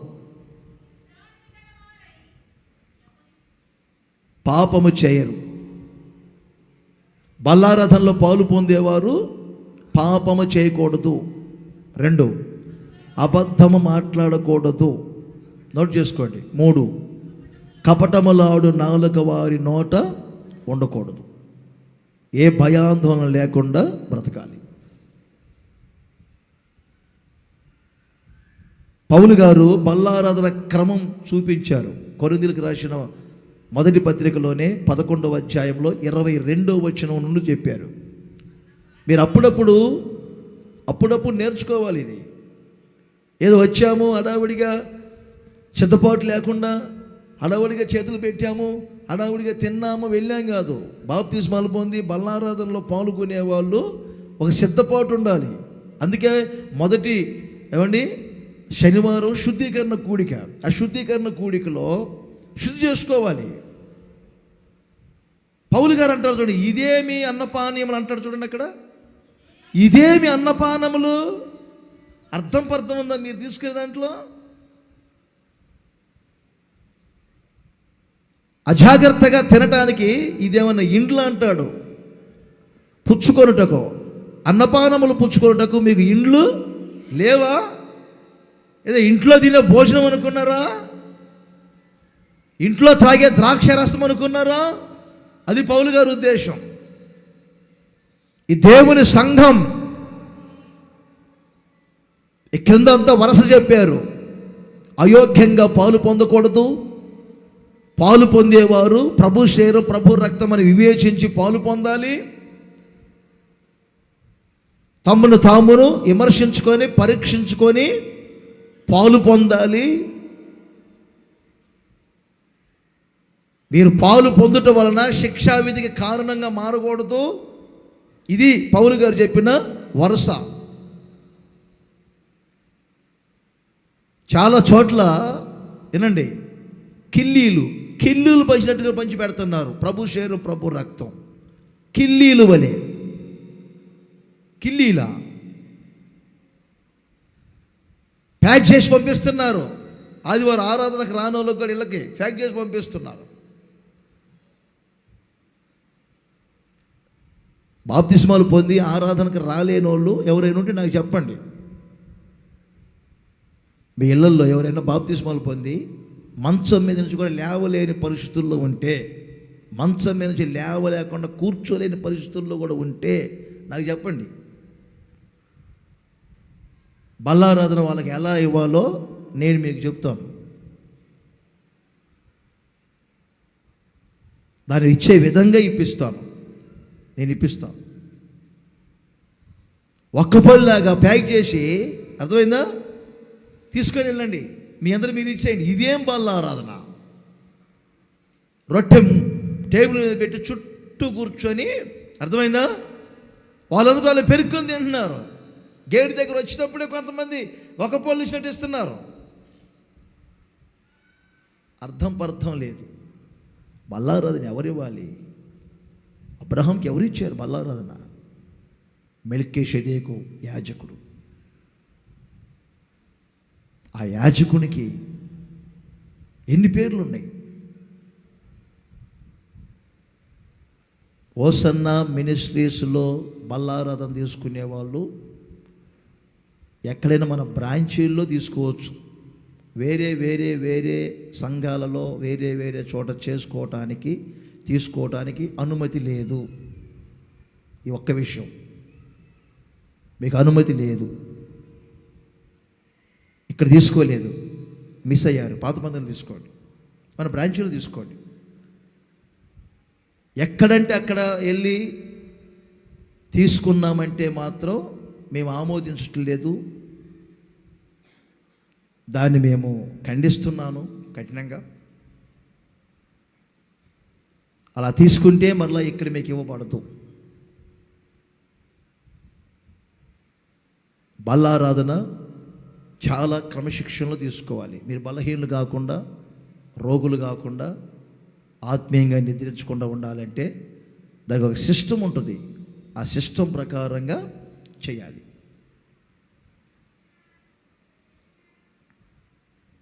మీరు కానుకలు, దశమ భాగాలు, అర్పణలన్నీ అర్పిస్తున్నారు. దానికి ఒక వాక్యం ఉంది. ఆ వాక్యం ఒక్కటి మీరు చూడండి, ప్రార్థన చేసుకుందాం. ద్వితీయోపదేశకాండం 12, 10, 11 వచనాలు. ద్వితీయోపదేశకాండం 12వ అధ్యాయం 10, 11 వచనాలు. అందరు లేచి నిలబడండి, మీ బైబిల్ పట్టుకొని. బాగున్నారు బొమ్మల్లాగా.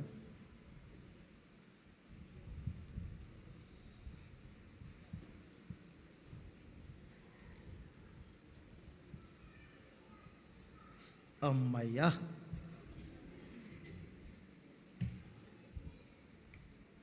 అందుకే కింద కూర్చోవాలి అందరికి, పైన ఒక 1000 కుర్చీలు వేస్తా.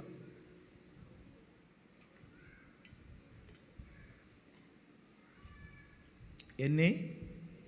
1000. 4 ఏసీలు కూడా పెడుతున్నా. మీరు కింద మేము పైన అంటారని 4 ఏసీలు పెడుతున్నా. పైన ఎల్ఈడి ఉంటుంది.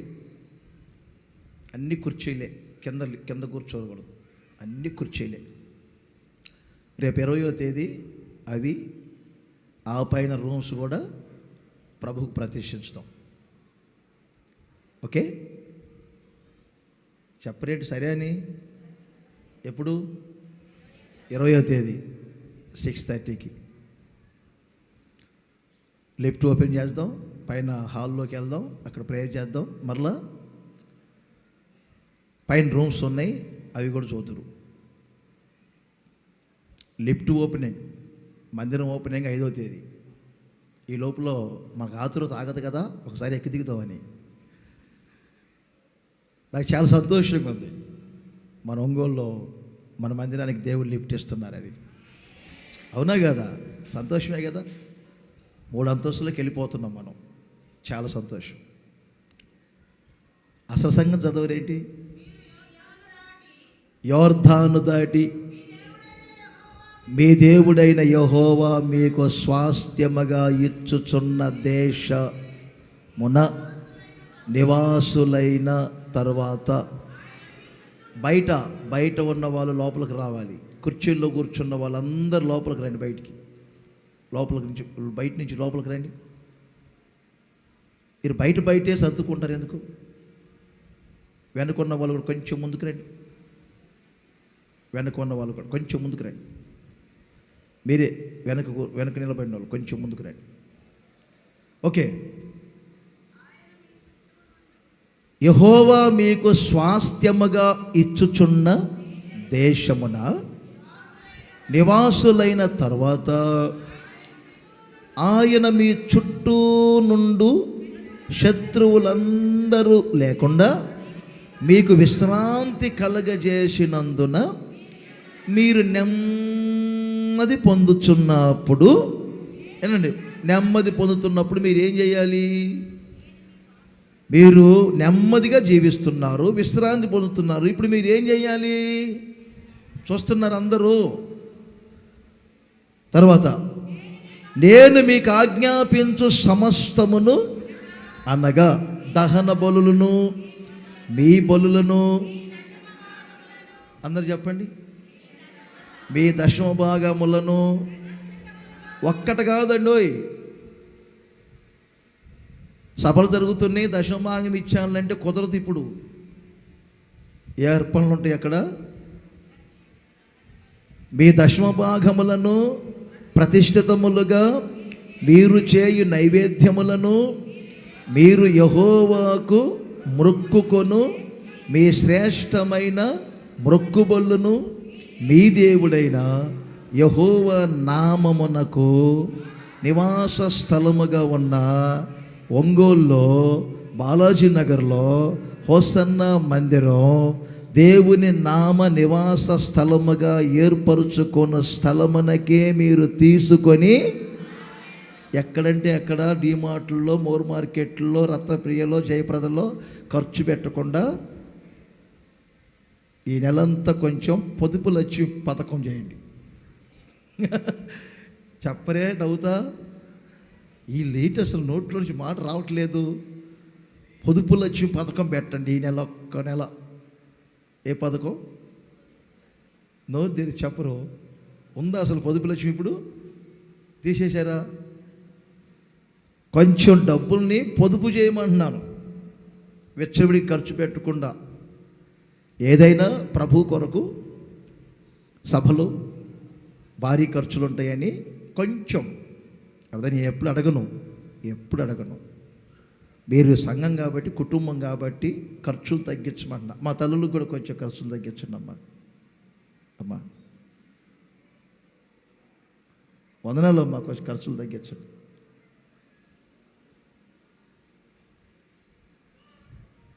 విశ్రాంతి పొందిన తర్వాత ఇప్పుడు ఇవన్నీ ఎక్కడికి వస్తున్నాయి? దేవుని మందిరానికి. అర్థమైంది మీకు? కానుకలైనా, దశమభాగాలైనా, ప్రభుకు ప్రతిష్ఠిత అర్పణలైనా, ఆ నైవేద్యములైనా, ఇవన్నీ ఎవరు అర్పించగలరు? అర్థమైందా? విశ్రాంతి పొందిన వారు అర్పించగలరు. సరే, ఇది భౌతికంగా మనకి ఏదో కొంచెం డబ్బు అవసరమైంది, ఆ అవసరాలు బట్టి భౌతికంగా మీకు చెప్తున్నాను. కానీ అసలైనది కానుకలు కాదు, దశమ భాగాలు కావు. కొత్త నిబంధనలోకి వస్తే, కొత్త నిబంధనలో మీ ఇష్టం అది. అర్థమైందా? లెక్కబెట్టి దశమ భాగాలు కావు, మీకు తోచినంతగా మీ హృదయ ప్రేరేపణ బట్టి చేసేది. అయితే కొత్త నిబంధనలో నిజమైన అర్పణలు, నిజమైన బలులు ఏమిటి? మీ కృతజ్ఞత స్తుతులే అర్పణలు, మీ ప్రార్థనే అర్పణలు, మీ ప్రతిష్ఠతయే అర్పణలు. కృతజ్ఞతాస్తుతులు అనే అర్పణలతో మీరు దేవుని సన్నిధికి వస్తారు. ప్రార్థన అనే అర్పణలతో మీరు దేవుని సన్నిధికి రాగలరు. ఉపకారములు చేసే ఒక చక్కని అర్పణలతో మీరు దేవుని మందిరానికి రాగలరు. ఇది అసలు అర్థం. ఇప్పుడు చెప్పండి, 5 విషయాలు చెప్పాను. విశ్రాంతి పొందిన వారు ఆ విశ్రాంతికరమైన జీవితంలో మొదటి పని ఏం చేస్తారు? వాళ్ళ ఆత్మీయ జీవితం ఆగిపోక సాఫీగా సాగిపోతుంది. మొదటిది. 2, అమాలేకుల స్వభావములను చంపగలరు. విశ్రాంతికరమైన జీవితంలో మొదటి మాట, ఆత్మీయ జీవితం సాఫీగా సాగిపోతుంది, ఆగిపోకుండా. 2, అమాలేకుల ఆత్మను చంపగలరు. 3వది, చుట్టూ మీరు ప్రాకారములను కట్టుకొని ఒక వేరుబాటు జీవితం చేయగలరు. తర్వాత, అన్నపానములు అనే ప్రభు శరీరాన్ని, ప్రభు రక్తాన్ని భుజించి పానం చేస్తారు. ఆఖరిగా, మీ అర్పణలన్నింటినీ దేవుని సన్నిధికి, అంటే కృతజ్ఞతాస్తుతులు అనే అర్పణలు, ప్రార్థన అను అర్పణలు, ఉపకార బుద్ధి అను అర్పణలుతో మీరు దేవుని సన్నిధిలో ఉండగలరు. మీకు అర్థమైంది? ఇప్పుడు నేను మీకు విశ్రాంతి కలగజేసేదను.